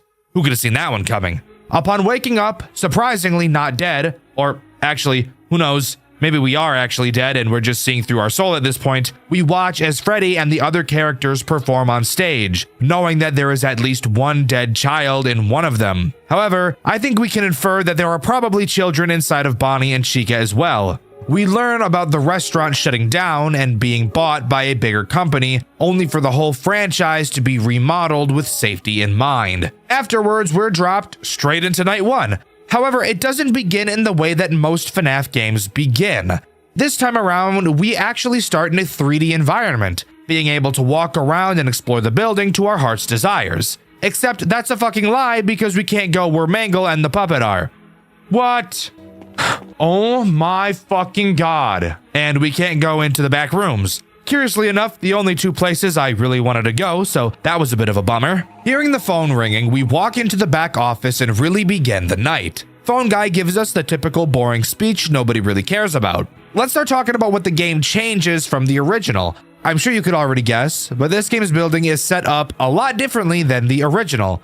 To start, let's talk about the kitchen. The kitchen replaces one of the party rooms from the original, and actually there are plenty of employees-only areas throughout the building that connect various areas. For example, using employee-only hallways, you can walk from the kitchen to the back room, which, yes, you still cannot enter from this angle either. I know, disappointing. These new locations aren't necessarily important per se, but I do think that they're a very nice touch and serve to make this game feel reminiscent of FNAF 2 without just being a direct copy of it, and I like that. The tools at our disposal, however, are exactly the same. Flashlight, cameras, Freddy mask. However, the flashlight does work a bit differently from the original, but I'll explain that more once we start talking about a certain fat bastard. So, who are the threats introduced on this night? Well, to start, of course, we have Toy Bonnie, and Toy Chica, and Toy Freddy. Okay, so this game definitely lays a lot on you. Not that that's a bad thing. If anything, it's a good thing because it gives me more to talk and complain about in this video and gives you guys a longer video because of that. Let's start with Toy Bonnie, the worst character to ever walk the face of the earth. Toy Bonnie does exactly what he does in the original. He'll make his way through the building and into your right vent. Where do you think you're going? Oh my fucking god, dude. Once you see him in your office, put the Freddy mask on, and you'll get to watch him crip walk into your office. The animations in this game, by the way, are really awesome, so get used to it. Toy Chica, while being the hottest character I've ever seen in my life, is pretty much the same as she is in the original. She struts around, my jaw drops like a cartoon character, and my eyes pop out whenever I see her, and my tongue comically falls to the floor, and she makes her way to your left vent. Oh my god, come here, bro. However, before she does, you can see her in the hallway, and literally watch her fent walk into the party room. Seriously, look at the way she initially bends backwards to start walking. That's disgusting. Anyways, once you see her in your vent, put the Freddy mask on. However, unlike the original where she just disappears, much like FNAF 2 Reimagined, Chica does actually come out of the vent like Toy Bonnie and stares into your eyes for a bit.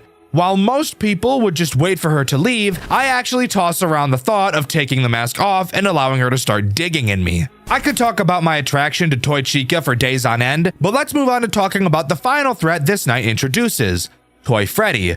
The fat ass, whale ass, elephant ass, hippopotamus ass, dump truck ass, island in the ocean ass, massive ass, gargantuan ass, obese ass, folds on folds ass, looking fat ass, fucking fat ass robot. Toy Freddy.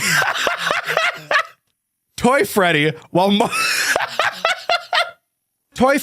while morbidly obese, if you weren't aware, is actually the first character in this game to do something completely different from the original, which I actually think is really great. A problem I have with FNAF 2 is the amount of characters that all do the same thing. While you could argue that Withered Freddy is supposed to be the main character for FNAF 2, given the fact his face is on the icon, I actually think Toy Freddy is a better fit for the main character, just given the environment the game takes place in and the overall theming of the game. And to have your main character do something as boring as Toy Freddy does, aka just walk through the hall and appear in your office, it just feels so boring and lazy. Toy Freddy in this game is actually just an asshole.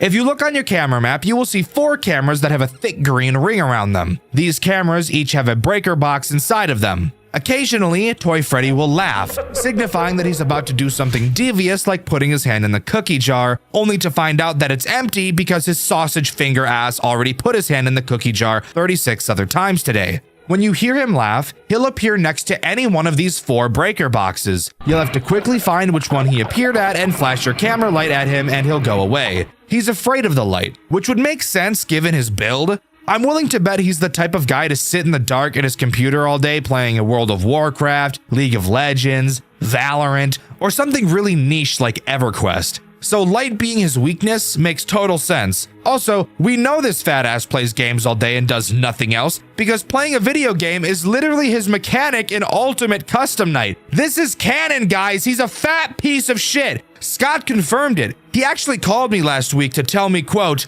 "Hey yo dog, Toy Freddy is a fat piece of shit, you feel me?" And I was like, fuck yeah dog, I feel you.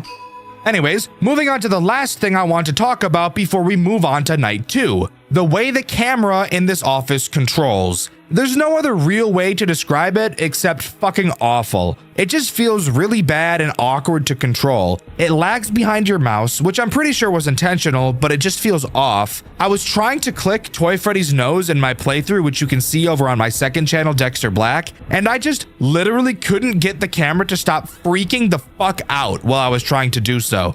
On top of that, there's this weird stutter it has when you go near the vents. You'll go to click on a vent to shine your light at it, but before you can, for no reason, the camera will just stutter and move even more, even if your mouse isn't moving. It's goofy. I know I nitpick a lot in these videos, but I think controls are something that should be nitpicked. That needs to be nailed. Remember how I said that was the last thing I wanted to talk about before moving on to night 2? Well, I lied. There's actually 2 more things I want to mention. First, I forgot to say the music box is still a thing. I'm not going to harp on it too much. You guys know how I feel about music boxes. AIDS, poop, and balls. There. The other thing I want to mention is what happens after you beat night 1. You'll get tossed back into the POV of Gabriel standing on stage as Bonnie and Chica perform around you. Hi, hi, hi, hi, hi. Hi, hi, hi, hi, hi. Hi, hi, hi, hi, hi, hi, hi, hi. Eventually, they stop performing and just stare at you, which is very uncomfortable, especially Chica. Chica's model in this game is like really fucking gross and uncomfortable to look at, so I didn't like that too much. It looks like she doesn't brush her teeth for a living. Eventually, the puppet appears in front of us, the curtains close, and we're booted into night 2. Night 2 starts by allowing you to walk around the building yet again. However, this time, we're actually allowed to go inside the arcade room. And of course, if you couldn't take a guess, there is an arcade machine that we're able to play. In this minigame, we play as a fucking drill car, which is pretty riz. We have to drive around and pop several balloons across the map. After we're done, an exit door will appear and we can end the minigame. However, if you know anything about FNAF minigames, then you'd know there has to be a secret in here somewhere. And a secret there is. After collecting all the balloons, if instead of going into the exit door you continue, you'll find a glitched wall. Driving into it will put you into a normal car. After a bit of driving, we stumble across one of the pizzerias with a crying child outside. Getting out of the car, you'll notice we're playing as Afton. We walk up to the child and presumably murder it, only for the puppet to appear in the reflection of the game, telling us that if we go deeper, it will stop us. Whatever that means. With that, another exit door appears and we're free to leave and continue the night as usual. After that, there's nothing more to do than walk into the office and talk about what new threats this night introduces. And the first threat we'll talk about is Withered Foxy. Nothing much interesting to say about this guy. He works in the exact same way as the original. He'll appear in your hallway every now and then, and all you have to do is flash him a bunch and he'll go away. One thing I do want to mention about him and why I actually like him in this game more than the original is because you flash him with your mouse, which means my poor little control key won't fucking explode. And actually, because you have to use your mouse to flash Foxy, you can actually spam the hallway a lot faster and make him leave sooner. So that's pretty great. The other threat introduced on this night is Mangle, who is probably the most interesting character we've seen so far and is probably the most interesting character in the entire game. Mangle's goal is to get into your office through the main hallway. She doesn't enter the right vent like in the original. Mangle is a very stressful character to deal with. Let me explain why. Once Mangle enters your office, she'll go to your ceiling, but this does not mean she's attacking you yet. While she's on your ceiling, very loud gurgling sounds will be heard, and the TV monitors in your office will start flashing static, Mangle, and the puppet, interestingly enough. After a bit of this, Mangle will drop her head down from the ceiling. At this time, you must put your mask on. Mangle will stay with her head down for a very long time, like much longer than you think she would. Eventually, she'll pull her head back up, but the attack isn't over quite yet. The screens will start to go all nutty again, and during this time, you're allowed to check on things you need to check on, like the music box, Toy Freddy, and Withered Foxy. Soon after, Mangle will drop her head down a second time, requiring you to put the mask on again. After she leaves for the second time, she will finally leave your office, and her attack is finally over. Mangle is easily one of, if not the most stressful character to deal with in this entire game. And one of the main reasons I feel this way is because of her synergy with Toy Freddy. Toy Freddy makes a laughing sound cue when he's about to fuck you with your fuse box. Mangle is so goddamn cock-sucking loud that she will most likely drown out his laugh unless you're paying incredibly close attention. So I'm not gonna die just because she's in here. That was Toy Freddy. She synergizes with Toy Freddy. She's loud as shit and drowns him out. But overall, if you can learn her timings, you should be just fine. And in all honesty, from what I noticed, she is pretty forgiving with how much time she gives you to put the mask on after she drops her head. Night 3 time already? Why hello. What goes on tonight? Well, the night starts just like night 2. We can take a walk through the arcade and play another game, except this time around the game in question is fucking dog shit and I didn't beat it because it's bullshit. In it, you play as Bonnie collecting balloons. Who cares about that part? At a certain distance into the sky, you'll see the ceiling is glitching. Jumping into it will turn you into Spring Bonnie and the game gets all dark. Ooh, scary. In this section of the game, you need to grab the 5 kids and put them into what I'm going to assume is the back room where they were killed. You have to do it one at a time, which really just makes my dick hurt, but whatever. Every time you collect a child, shadow Bonnies will appear around the map for you to dodge. If you touch them, the floor will disappear and you'll have to climb back up. After you collect 4 kids, however, is when this game gets bullshit. Another shadow Bonnie will spawn. However, this one looks way fucking creepier and will actually follow you. The funny part? Well, this shadow Bonnie is faster than you in every way and will literally camp your body, making it borderline impossible to make any progress. Seriously, look at what's happening on screen right now and tell me if this looks like any fun at all. Spoiler alert, it's not. I gave up because I was on the verge of sticking a pencil down my urethra and snapping it in half.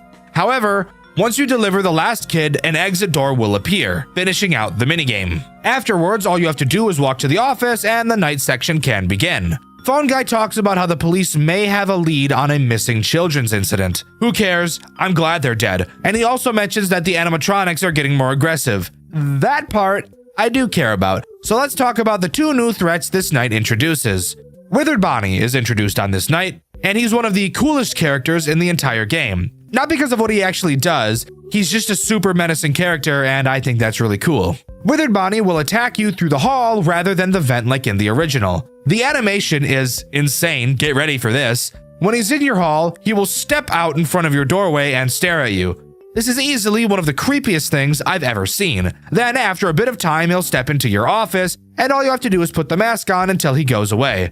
Fucking terrifying. I love it. The other character introduced on this night is my favorite official FNAF animatronic ever designed, Withered Chica. She does, literally, the exact same thing as Withered Bonnie, which I do feel is a little lazy. However, she's so fucking cool and easily the creepiest character in this entire game. Seriously, look at this animation when she's in your office and tell me that's not the creepiest thing you've ever seen.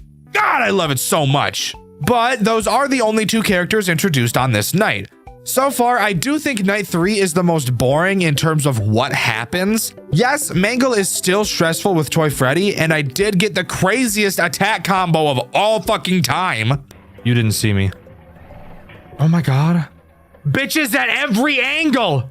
I'm getting railed from every angle. What is this? Hi! You are the most terrifying character in this fucking game. Holy shit. That's badass, dude. Oh my god, and look who's still fucking here. But in terms of what Night 3 actually brings to the table, I do feel it is a bit lackluster. I know that Toy Bonnie and Toy Chica do the same thing, but at least in a game like FNAF 2 Reimagined, while Bonnie and Chica variants did do the same thing, at least the Withereds and the toys attacked differently from each other. The only thing that's different between the variants this time around is where they come from to get into your office. Night 4. Fuck this. Terrible character introduction. Let's just jump right into it.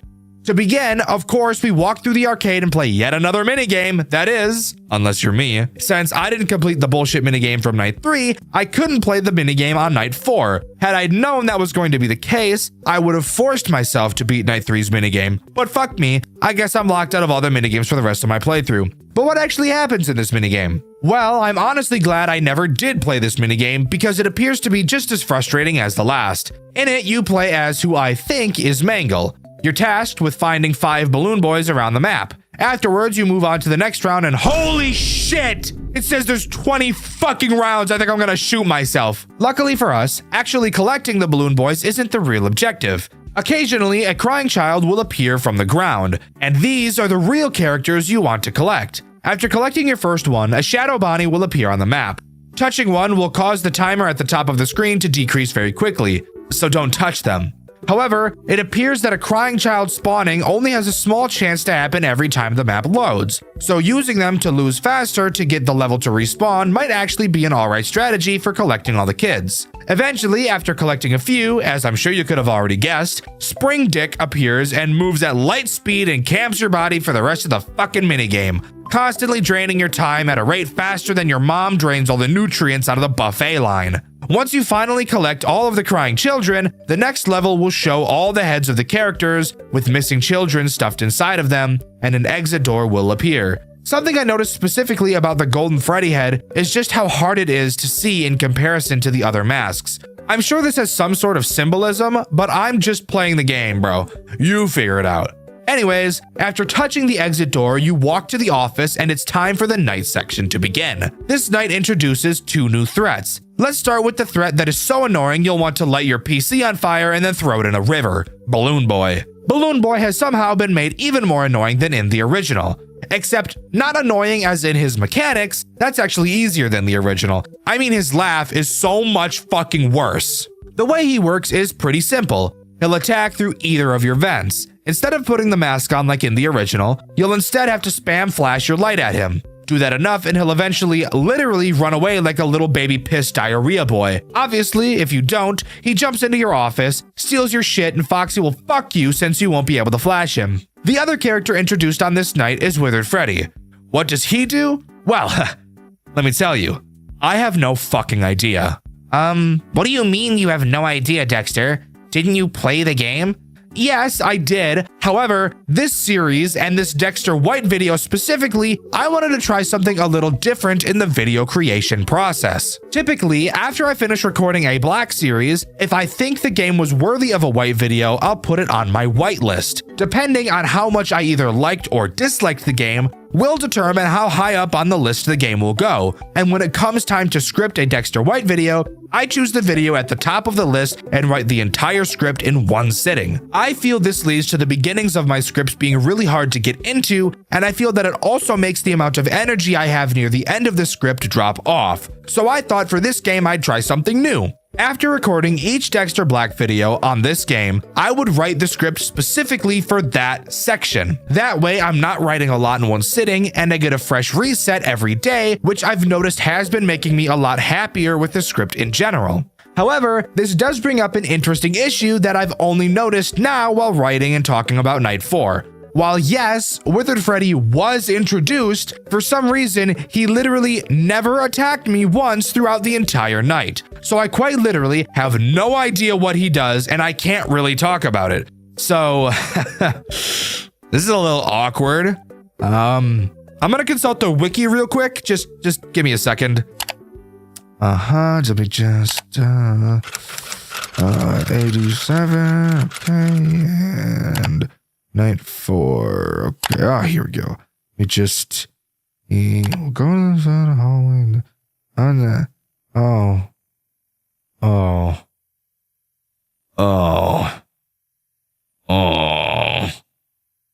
Well, fuck. I really thought he was gonna do something cool, but no.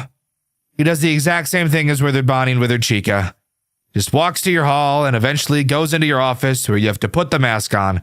Damn it, I really thought they'd do something interesting with this guy, and it's honestly really disappointing that they didn't. I had Withered Freddy appear in my hall multiple times throughout my Night 4 playthrough. However, never once did he attempt to step into my office. If I had to guess why, I'd say it's probably because when he was in the hallway, every other character at the same time decided to be there or be in my office.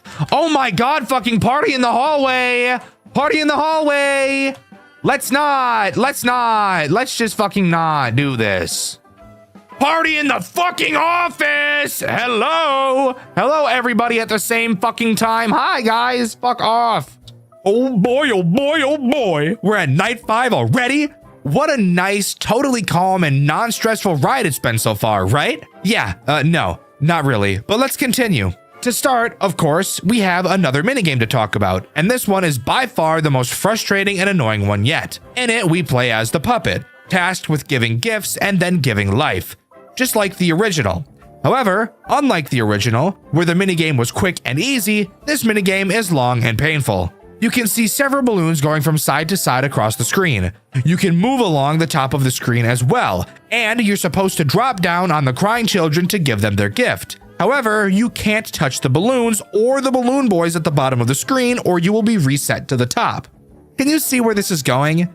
This minigame relies on luck, and you just fucking waiting for a good opening to drop down. And get this, as it goes on, it gets even worse. Every time you get a gift, a shadow Bonnie will appear in the balloons. These shadow Bonnies will move around and literally push the fucking balloons when they touch them, making the waiting for timings part even more fucking annoying. And you have plenty of them in this game. This game can take several minutes depending on your luck. Hell, I wouldn't be surprised if it took someone over 15 minutes to complete this bullshit. After giving the gift to the last kid, the screen goes dark and we're told to give life, putting the character masks on each of the children, with the puppet eerily watching in the background. After giving life, the puppet goes on a 2-decade rant. She gets upset that we keep playing these games, learning what happened to the children, even at its attempts to stop us. She says she has to kill us because apparently us knowing will make them truly die. She says this because obviously she gave them life in the forms of the animatronics. But I'd argue to say that this is a fate even worse than death, Miss fucking Puppet. And I'm willing to bet that freeing the kids and letting them actually die is miles better than having them live in the place where they fucking died for the rest of eternity. So hop off my dick. Before we jump into the next section, there's something I want to mention that I found while roaming around this night. Well, actually 3 things. The first is just how many fucking puppet plushies have been accumulating around the building. Like, there are literally so many of them. The next thing I want to mention is that it was this night that I found you can knock Balloon Boy over, which has probably now become my favorite part of this game. Oh my god, I can knock his stupid ass over. And finally, the real big thing I wanted to talk about is something I found in one of the party rooms. Please, can someone tell me, what the fuck is this thing? There is an endoskeleton you can find in one of the party rooms. I don't know if it's here every night or just this one since I never checked, but tell me, who the fuck is this supposed to be? It never moves and you can't interact with it, but I just thought I'd point this out in case anybody can tell me what the hell this thing is. Anyways, how about we talk about the actual night section now?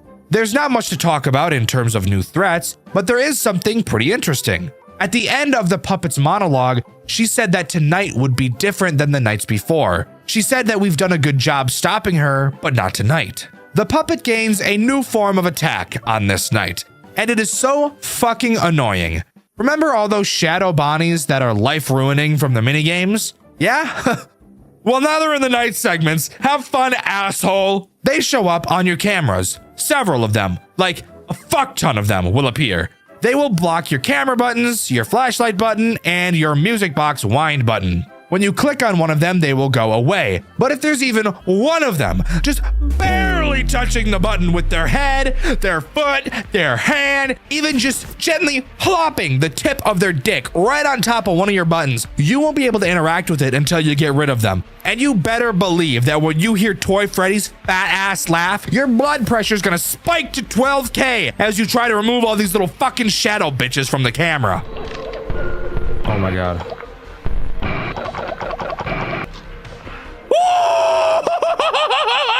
But that really is the only new thing added to this night. Of course, this night is much harder than night 4, and yes, it's still just as overwhelming with characters constantly jumping all over your shit and grinding in your office constantly throughout the entire night. Thank you for asking. Night 6 time! Holy fucking shit, is there a lot to talk about here. I was honestly expecting this video to be close to 20 minutes, but nope. We're going way over today. So, it was at this moment I learned that in order to play Night 6, I had to beat all the minigames from the previous nights. Fuck me. So, I did that, and now here we are. This night begins with a cutscene, talking about what I can only assume to be the bite of 87. Or the bite of 83? I think this one is 83, I'm pretty sure. I literally don't know the FNAF lore at all. It's so fucking awful. In this cutscene, we play as Jeremy Fitzgerald, going into a play area to retrieve a Freddy plushie. Of course, this play area is where Mangle is kept, and it's at this moment we notice that Mangle has the toy in her mouth. Attempting to go get it, she crawls away into the slide. Following behind her, she goes down the slide and we lose sight of her, only to see that she's placed the toy in a very convenient spot. Ooh, convenient. Going to grab the toy, Mangle swoops down on us like a pedophile in the park and bites the shit out of us, killing us instantly. Jeremy is then fished up by Old Man Consequences. He explains how people who have died unfairly don't get reeled up to the surface and are forced to stay underneath the ocean until they get peace. Even though we as Jeremy died unfairly, he explains that he made an exception for us because we died due to the supernatural. He also knows that we haven't finished what we started. This conversation with him goes on for a very long time, so let's just skip to the interesting part. We come back to the building. Of course, we're playing as Michael, not Jeremy. Just wanted to make that clear in case anyone was confused as to what was going on. We are indeed Michael Afton in this game. We enter through the back of the building through a vent and go to walk back to the office. However, before we do that, I want to point out that for some reason, Toy Freddy is not on stage and is instead standing in the same party room we saw that weird endoskeleton in previously. Oh, and of course, there's yet another minigame to play. Heading into the arcade, we can begin. This time we play as Chica and we have to bring a bunch of cupcakes to a table. You'll notice that this time around, there is a lack of Shadow Bonnies. That is, until you collect all the cupcakes. If you head up afterwards, you'll see the stick figure Jeremy pointing you towards a wall. Walking into it, we get teleported to a room with several platforms. It's in this room where the big bitch Shadow Bonnie is present. If he touches you, you get teleported back to the cupcake table and will have to come back. In this big platform room, there are characters from every other minigame you've seen so far, retrieving one of the missing children from each, giving them gifts, and then finally giving them life once more. The puppet tells us we need to stay out of its way, and an exit door appears for us to leave. Candy Cadet thought it'd be a great idea to block my fucking path to the office. He speaks to us, but it almost seems as though the puppet is speaking to us through him, given exactly what he says to us. Congratulations, Michael. Oh, hey, Candy. You won a free story. No coins required. Why do you know my name? Hey, Candy Cadet. Michael, you should have never come back. Oh. I told you to leave us alone. Oh, is that the fucking marionette? I'm happy. We all happy. Do not try to take them away. You're not all Jeremy happy. Tried. You do not want to be like Jeremy. Right, Michael? Oh yeah, Jeremy got bit. If you answer that phone, if you listen to Jeremy, I will have to stop you. I know there is good in you. I know you are sorry. Please leave. Oh, okay. You can't stop me, bro. After this, we find a different way to the office, and the night begins. Nothing new to talk about here, it's just a harder version of Night 5. That is, until we see a certain shadow rabbit in our cameras, and the building goes dark. The lights come back on, and the phone begins to ring. Every camera has too many balloons on it, and our Freddy mask has been replaced by a foxy one. There's no better way for me to explain to you what happens next. It's much better if you just watch for yourself.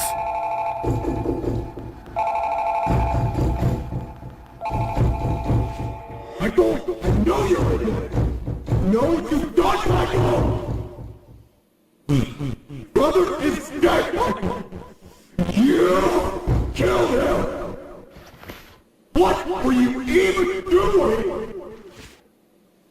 You really think this is that hot? Try to what sick the nugget is holding it up. My son is dead, Michael. People hate you. And those who are pitying me are blaming me. Have you told one of my dreams? The little face of my restaurant? So many are going to think I failed. They'll think something's broken or wrong with my work.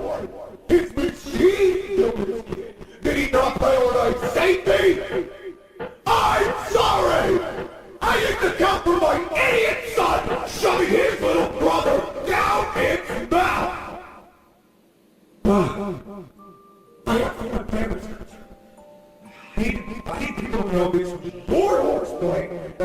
this was no fault of mine. You are almost an adult. You deserve to take full accountability for this. All of it.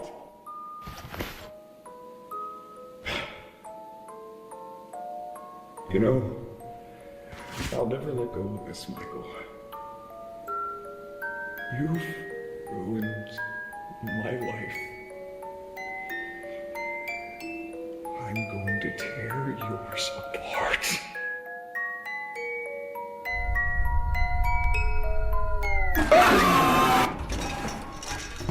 So, Michael has an episode, and Mangle is able to slip into the office and attack him. But hold up. What if I told you Mangle didn't get him? Michael comes to. He survived by jumping into one of the vents. Now it's time for us to make our grand escape. We crawl through the vents into the kitchen where we see withered Chica. Fucking terrifying, by the way. Sneaking around her, we enter the hallway and a chase with Withered Freddy begins, Withered Bonnie following close behind as well. We run through the back room, interestingly seeing that weird endoskeleton from before, but we don't really have time to focus on that. We close the door to the back room, but it's not long before Withered Foxy starts to chase us as well. Getting into the main party room, a sign falls and blocks Foxy from being able to get us. We try to run to the exit, only for two balloon boys to block the way. Before we can think of what to do, the puppet jumps out of her box and yet another chase occurs. Choosing to run to the emergency exit, Toy Freddy blocks our path. Running back into the main hallways, Toy Bonnie and Chica spot us and the chase continues. Running down the hall, Mangle falls from the ceiling as we make a sharp left into the arcade room. Exiting, Toy Freddy greets us on the other side and we make it to the exit. Fenced off, we seemingly have nowhere to go. Hearing the puppet pounding on the door behind us, we jump behind some pizza boxes to hide. As the puppet breaks her way outside, the sound of police sirens can be heard as the puppet cowers and hides before she can be seen. We look down at the logbook we took, previously owned by Jeremy, and Five Nights at Freddy's Rewritten 87 comes to a close. While yes, this is where the main story ends, there's still something super interesting I want to talk about, and that is this game's extras menu, which actually isn't even a menu. It's basically just a 3D environment you can roam around and explore.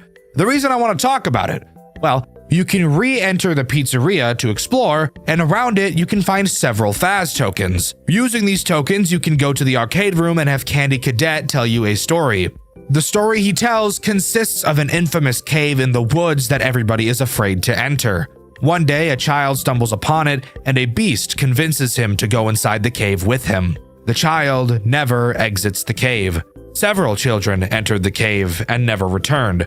A sorcerer found the cave with the children and banished the beast from inside, locking all the children in the cave with a seal, keeping them safe inside from the beast that trapped them there.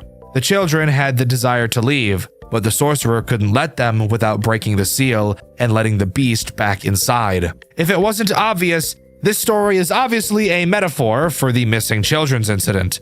The cave is Freddy's, the beast is William, and the sorcerer is the puppet. This little extra thing you can do with Candy Cadet is honestly super fun, and I think it's such a unique thing to add to an extras menu. Finding these tokens and discovering this story is such a fun experience, and you can see me do it over on my second channel, Dxtr Black. But with that, as far as I'm aware, that is all FNAF Rewritten 87 has to offer. Overall, I think this game is nothing short of a masterpiece. It does a great job at making FNAF 2 feel like the overwhelming game Scott originally wanted it to be. The way the story is told is incredible, the graphics and animations are phenomenal, I love the character redesigns, and I really enjoy the mechanical changes where there were some. I would highly recommend you give this game a try, you will not regret it. But let me know what you think. Do you agree with me, or do you think this game is just another sloppy FNAF 2 remake that the community didn't need? Let me know in the comments below. In my After Hours at Cody's video, I asked you guys what FNAF games you were looking forward to in 2026, and my favorite answer was this one by Mecha Paul. They said the Joy of Creation remake, and I agree. That's a game that's been anticipated for so long, I really hope it can live up to the hype. The question of this video is, what do you think is the best FNAF 2 remake and why? With the question of the video being asked, subscribe to the channel, I'd appreciate it a lot. Thank you to these talented artists for your fan art. If you'd like to submit your own, you can join the Discord in the description. Thank you to all of my superfan channel members. You guys drank from the fountain of aura, which is like the fountain of youth, but with aura. I've been Dexter, and I'll see you guys in the next video. See ya!